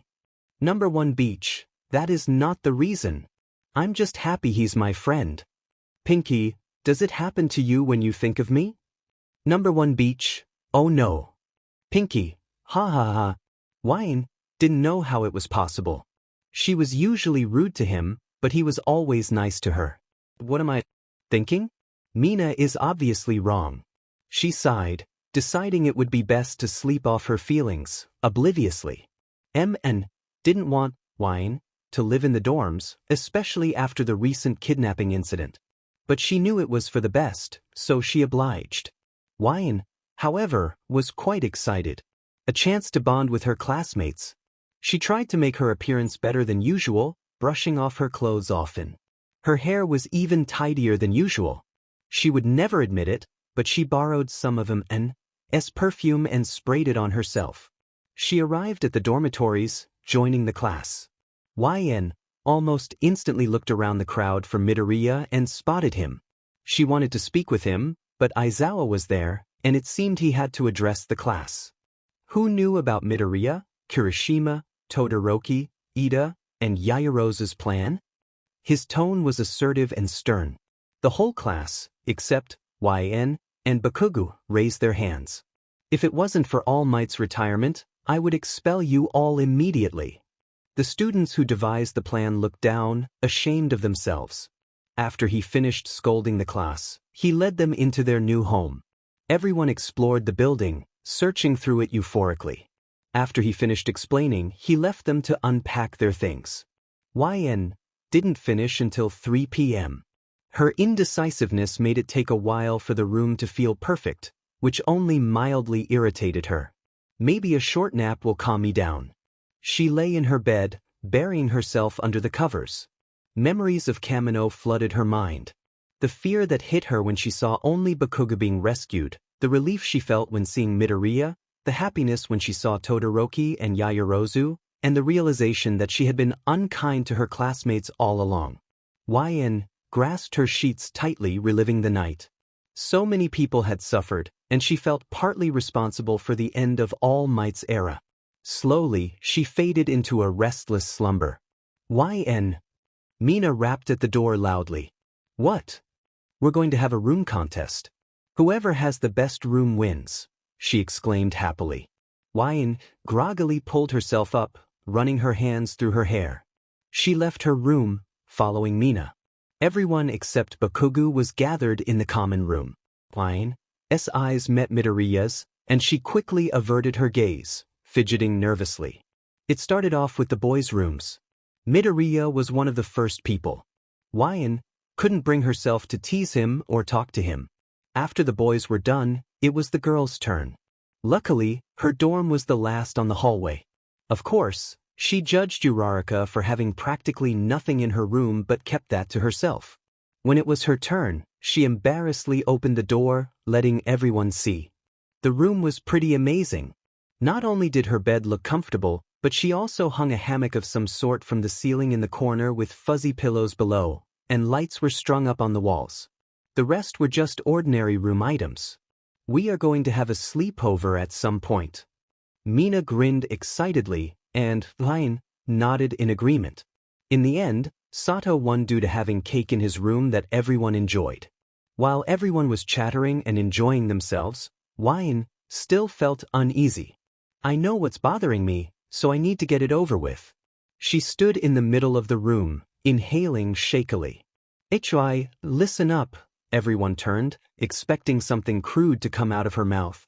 Todoroki, Kirishima, Ida, Yaoyorozu, and Midoriya, can we please talk outside?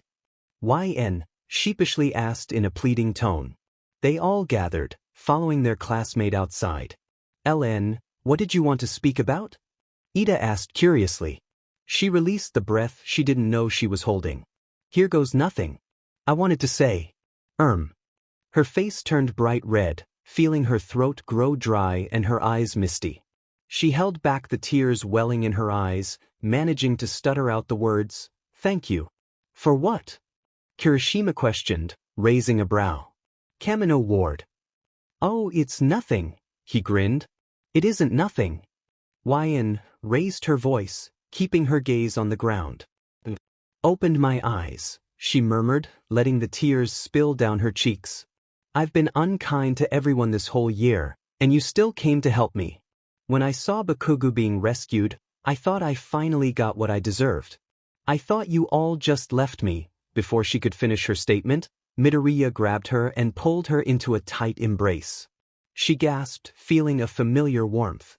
YN wrapped her arms around him, burying her face into his chest, sobbing silently. He rubbed her back comfortingly. The others just stared, unsure of what to say or do.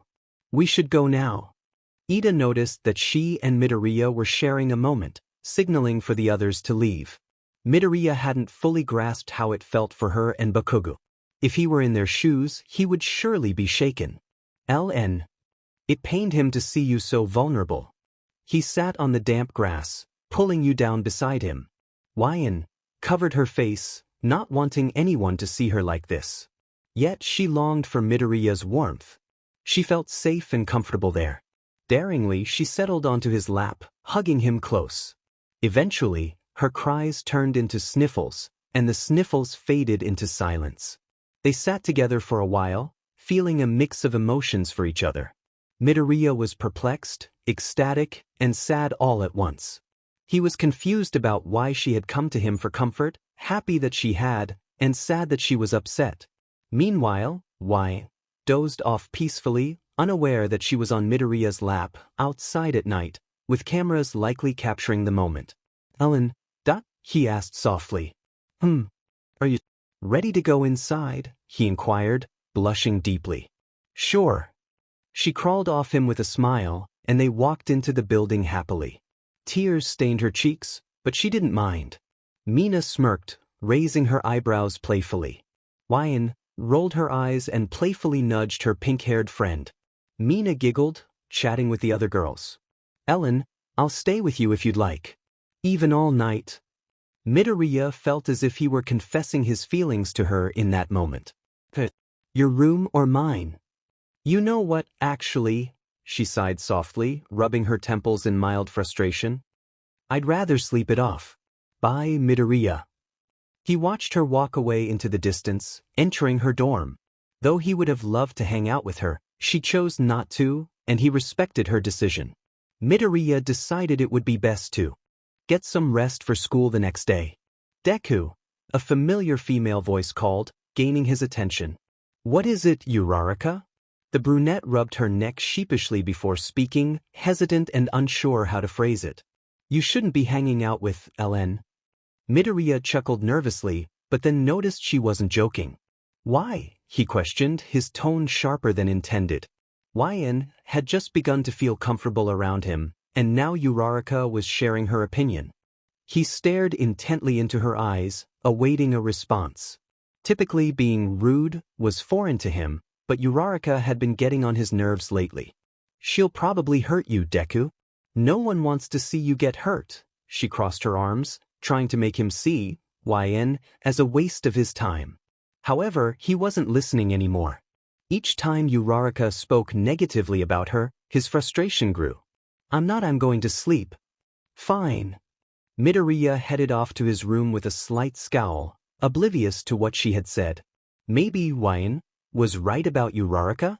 𝐴 stretched and yawned, awakening from her slumber with a throbbing headache and possibly a fever. A groan escaped her lips as she processed her unfortunate situation. She rolled onto her side, burying herself in blankets, trying to fall back asleep. Wake up! Mina's voice echoed through the door. Ugh, what do you want? 𝐴 replied, annoyed. Morning, sleepyhead. Get out here, I'm lonely. It's just Uraraka and Hagakure. I'm sick, leave me alone. OMG, no. My best friend will nurse you back to health. I'm coming in. Ugh, too far, 𝐴 muttered. Just tell Aizawa I'm dead or dying, she joked. Okay, but rest all day and eat soft food like instant ramen or peanut butter and jelly. Mina insisted. Okay, fine, 𝐴 replied with a laugh. After school, Mina informed Midoriya about 𝐴's current state. Being the gentleman he was, he felt compelled to do something. He walked to the convenience store and bought flowers, unsure of what to get someone who was sick, so he improvised. After arranging the colorful flowers in a clear vase, he knocked on 𝐴's door, tugging at the collar of his shirt. Sweat trickled down his forehead, dampening his fluffy green hair. Who is it? She weakly asked, opening the door. Oh, Midoriya. Hi. She smiled softly, pleased to see him. I got you flowers, he said sweetly, handing her the vase. 𝐴 set the vase down on her nightstand and motioned for Midoriya to enter. He timidly walked in, feeling as if he were invading her privacy. Are you feeling any better yet? He asked sheepishly, rubbing his neck. My headache has gotten better, she replied, gazing into his eyes. Midoriya fidgeted, staring down at his feet nervously. 𝐴 felt her chest warm and fill with happiness. Seeing Midoriya care about her well-being made her feel joyful. Wait, do I have homework? Yes. Ishido is supposed to give you that.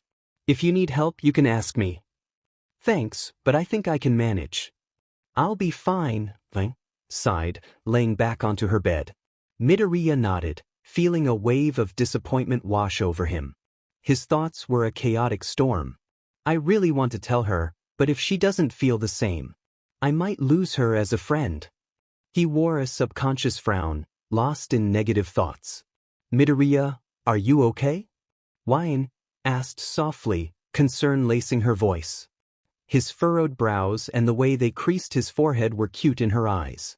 Yeah, I'm all right. As she studied his expression, a noticeable blush crept onto her cheeks. Everything about him seemed perfect: his freckles, his eyes, his hair, and his voice. She couldn't help but wonder what lay beneath that t-shirt. He always tried to be present in her life, even when she pushed him away. No one else seemed to like her, but he wanted to be her friend. He wanted others to see that she was genuinely kind. ‑ pulled midoriya down next to her, resting her head gently on his chest. His face turned a deep shade of red as his heart raced. ‑ Sure, just relax, she said, closing her eyes and throwing her arm over him. Midoriya felt a rush of happiness, a content smile spreading across his features. He leaned his head onto hers, exhaustion taking over. The two teenagers fell asleep peacefully, snuggled together, unaware that ‑ had forgotten to lock the door. Hey, ‑, I have your homework. Oh my gosh. This is a moment I need to capture, Mina exclaimed, bursting into the room. She quickly pulled out her phone, snapping at least 13 pictures before giggling and running away. ‑ inhaled the strong scent of cologne as she woke to the sound of an alarm. She stretched and opened her eyes, meeting Midoriya's gaze. His face was flushed and his heart was racing. She quickly crawled out of bed to silence the alarm. Midoriya yawned, becoming more aware of the situation and stretching his sore muscles. They quickly parted ways to prepare for the school day. ‑ dressed and combed her wild hair before stepping out of her dorm room. 𝐂𝐫𝐿 greeted her with boundless energy and a sly smirk. Almost immediately, she showcased the pictures she had taken the previous night. Mina. Huh, it's my wallpaper. It's so adorable. When are you two getting married? 𝐂𝐫𝐿's grin widened. ‑ didn't respond, speeding into the kitchen to make breakfast for herself, occasionally glancing at Midoriya. An unfamiliar tension grew, leaving an unsettling feeling in Midoriya's stomach. He couldn't quite understand his emotions toward ‑. ‑ also felt confused about what was happening between them. Everything had changed so quickly, she couldn't even recognize her feelings for him. Would she ever confess? Probably not. What have I gotten myself into?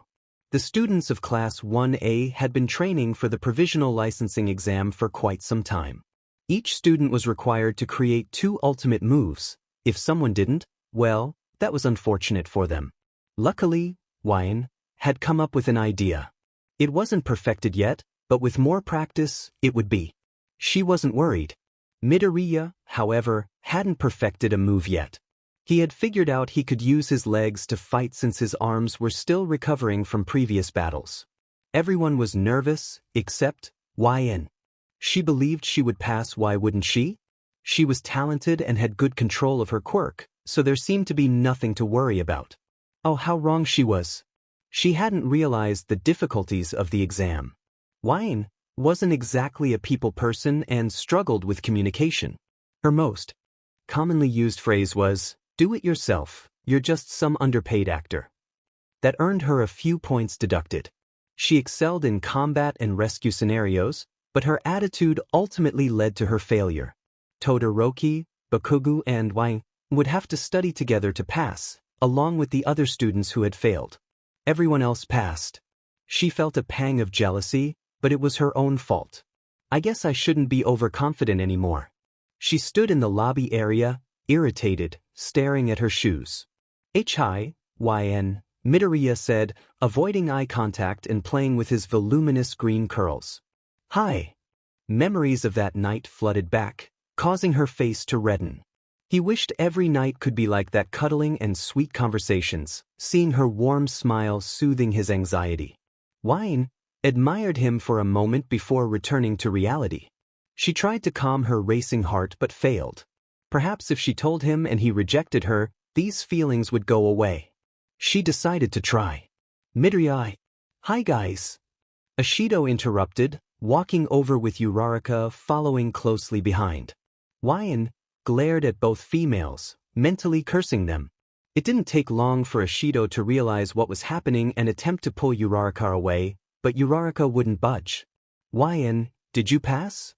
Uraraka asked, barely containing her grin. No, did your dad get a paycheck? A shot back, her face flushed with anger, which earned her a smirk.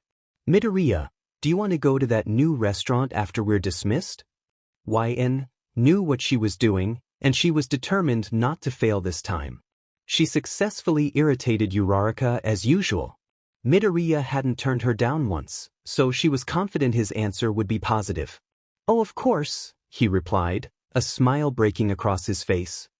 Oh, it's a date, she said slyly before walking away to join Mina. That was it. Midoriya was stunned, his mouth agape in astonishment. He celebrated internally while mentally having an anxiety attack. A date with ‶ My dreams are finally coming true. Wait, does that mean she's considering being in a relationship? His face turned bright red, and he splashed cold water on his cheeks to calm himself. You can't screw this up, izuku. Midoriya nervously shifted in his seat, skimming through all the possibilities of something embarrassing happening. What if Uraraka showed up at the same restaurant? It wouldn't be a coincidence. She wouldn't have the money to eat out anyway, so it would be an intentional attack on ‶. The bus came to a halt, signaling their arrival back at school. The students gathered their belongings and headed to the dorms. Midoriya hurried into the bathroom, wanting to ensure he looked and smelled his best. Perhaps a quick shower would help? What if ‶ wanted to leave right away? He fretted, rambling to himself anxiously. Izuku! ‶ tapped him, pulling him out of his spiraling thoughts. ‶ he gasped, startled by her sudden appearance. Calm down, are you ready? Midoriya nodded, swallowing hard. They walked in an awkward silence down the bustling street. ‶ felt like her heart was racing, still somewhat unaware of her feelings for him. She felt a twinge of jealousy towards Uraraka, even though she knew she shouldn't. Their bond was strong, and ‶ had impulsively suggested the date without much thought. She decided she would share her feelings after they finished their meals. Midoriya, being the gentleman he was, would never rudely reject her. She exhaled the breath she hadn't realized she was holding, glancing at the green-haired boy. Do you have feelings for Uraraka? ‶ asked unexpectedly, a hint of irritation in her voice. No, why would you think that? He replied, feeling a bit embarrassed. So what happened with that girl? She continued, trying to steer the conversation away from his previous statement. I honestly have no idea. She looked like Uraraka, so I tried to help her, but she wasn't. She kind of transformed into another girl I saw. She was unclothed, but thankfully, I didn't see anything. I have no idea what her intentions were, but I'm glad she's gone, Midoriya rambled, a slight blush creeping onto his cheeks. Sounds like she wanted to get close to you, ‶ said with a light chuckle, unsure how to respond to his story. So far, nothing had gone wrong. Midoriya held the door open for ‶ and pulled out her chair for her. She felt a mix of emotions, not used to such treatment. Hello, what can I get you today? A waitress approached, smiling a bit too brightly at Midoriya. I'll have the beef curry and a water, he shyly replied. Favorite food and water, said, glaring at the waitress with slight annoyance. The waitress felt a chill, sensing the message that Midoriya was with ‶ and she would need to back off. Definitely not tipping. ‶ sighed, meeting Midoriya's warm gaze. I didn't know you liked FF. He noted mentally, thinking it might be useful information later. You don't know much about me, she said, a smile forming on her lips, hinting at her feelings for him. I'd like to know more, he replied earnestly. Midoriya genuinely wanted to learn everything about ‶ but in a respectful way. They shared secrets and enjoyed each other's company. Midoriya earned a few giggles from her, especially when he was talking so much that he dropped food from his mouth. She found it amusing, maybe even cute, while he felt embarrassed. The moment was approaching. She had just finished her meal, and he was almost done. Maybe I shouldn't know I should. Don't hesitate, ‶ Check please. No, izuku, ‶ inhaled, feeling her hands tremble with nervousness. I need to tell you something. I need to tell you something. Yes, what is it? Midoriya wasn't sure what she would be telling him, and he felt a wave of worry wash over him, causing him to perspire slightly. ‶ took a moment to gather her thoughts, her hands clammy and butterflies fluttering in her stomach. Her voice came out soft and hesitant. I like you. More than friends.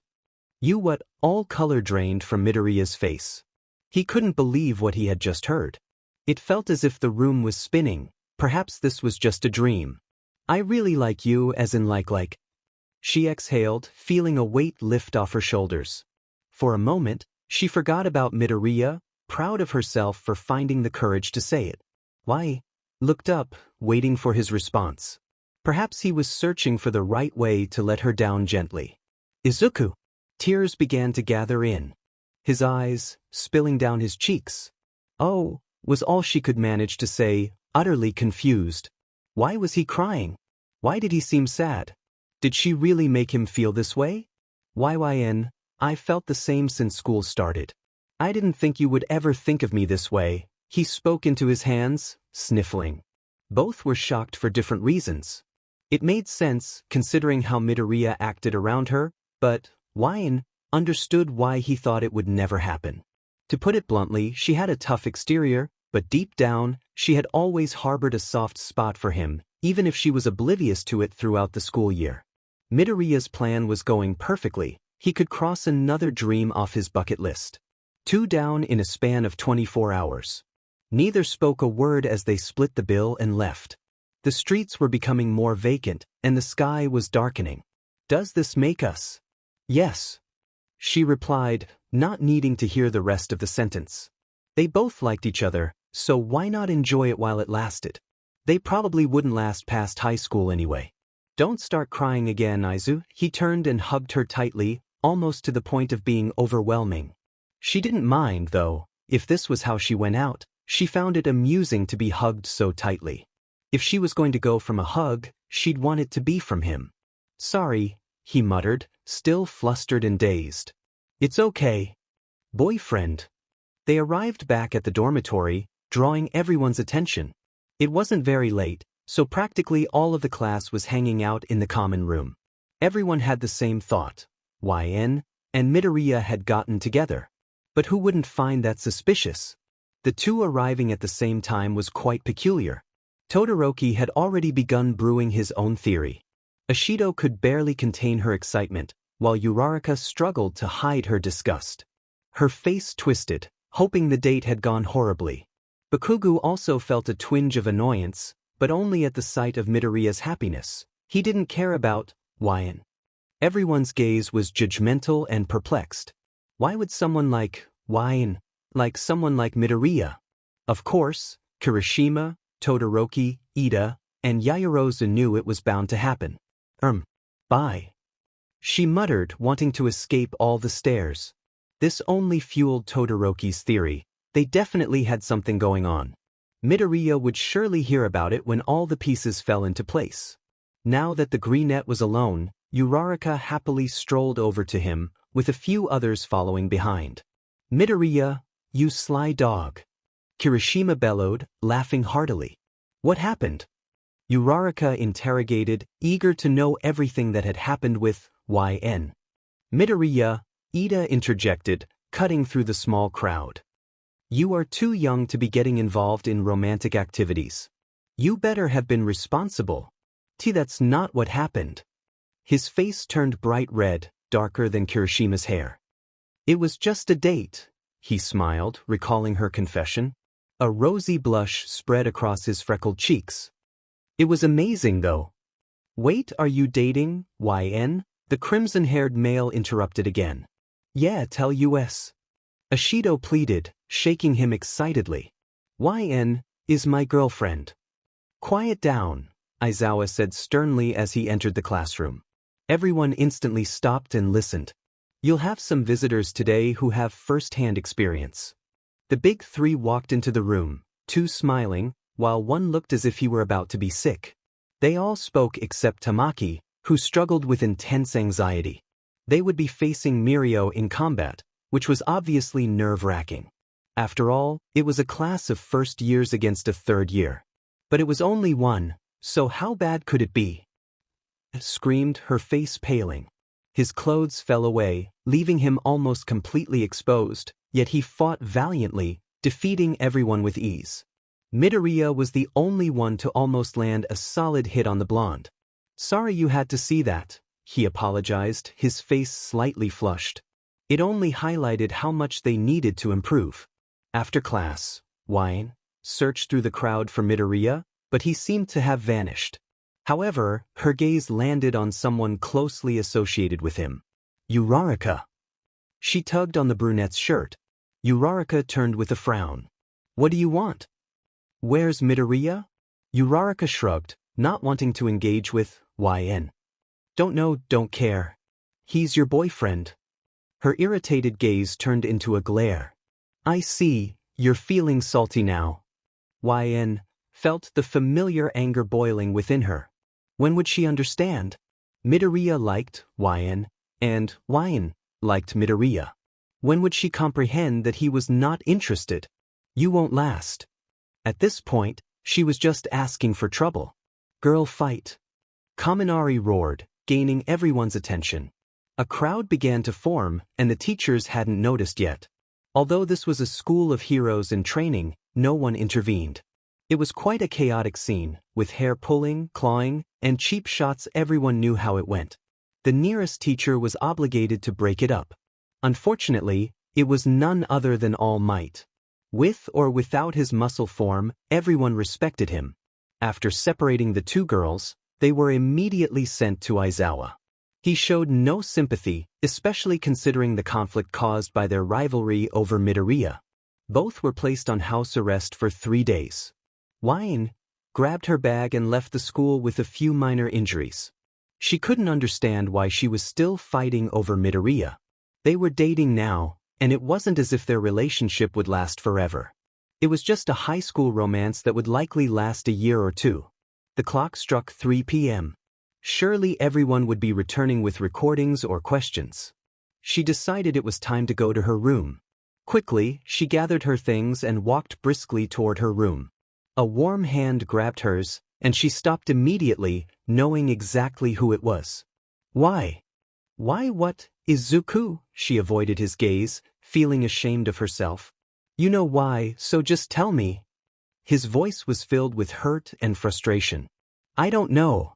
She shrugged her shoulders and tried to pull away, but he wouldn't let her go. I need to know. What could she tell him? She didn't know either. 𝐴𝐻. He was eager to understand, but what could she say? That she disliked ―? What would that prove? I said I don't know. You have to know. Why do you keep getting into fights with ―? Why do you dislike her? Do you not trust that I'll be faithful to you? His questions were driving her crazy. I trust you. You don't seem like it. I do.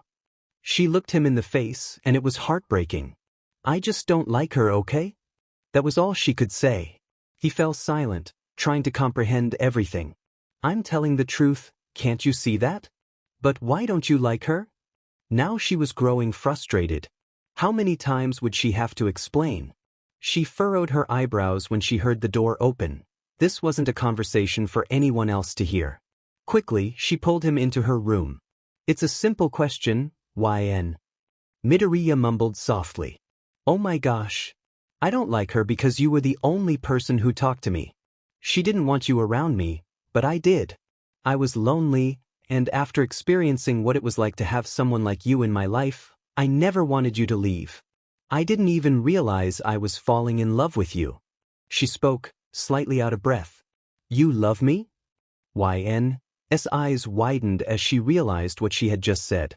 That warm, happy feeling returned to her chest, one she despised so much. I said what I said. I guess I'm just a cruel person. She briefly explained, staring out the window. But you're not. His voice cracked and tears filled his eyes. Look, don't feel threatened by her. I would never be interested in her. I'm with you. I've always wanted you. I just want you both to stop fighting and get along. You're hurt, she's hurt, and you're lucky Aizawa hasn't expelled you. I want what's best for you, 𝐴𝐻. Midoriya spoke sincerely, genuinely wanting the best for her. Once more, she realized the cruelty she had displayed to everyone. That's why people were afraid of her, why she had no friends. I'll try, and I won't pick fights anymore. But her face is so punchable. Midoriya chuckled as he cupped her cheeks and wiped her tears away. She didn't even realize she had started crying, but she did. Her heart fluttered as a euphoric smile spread across her lips. It took him a moment to recollect himself, remembering all the times he wanted to give up and move on from her. I love you, YN.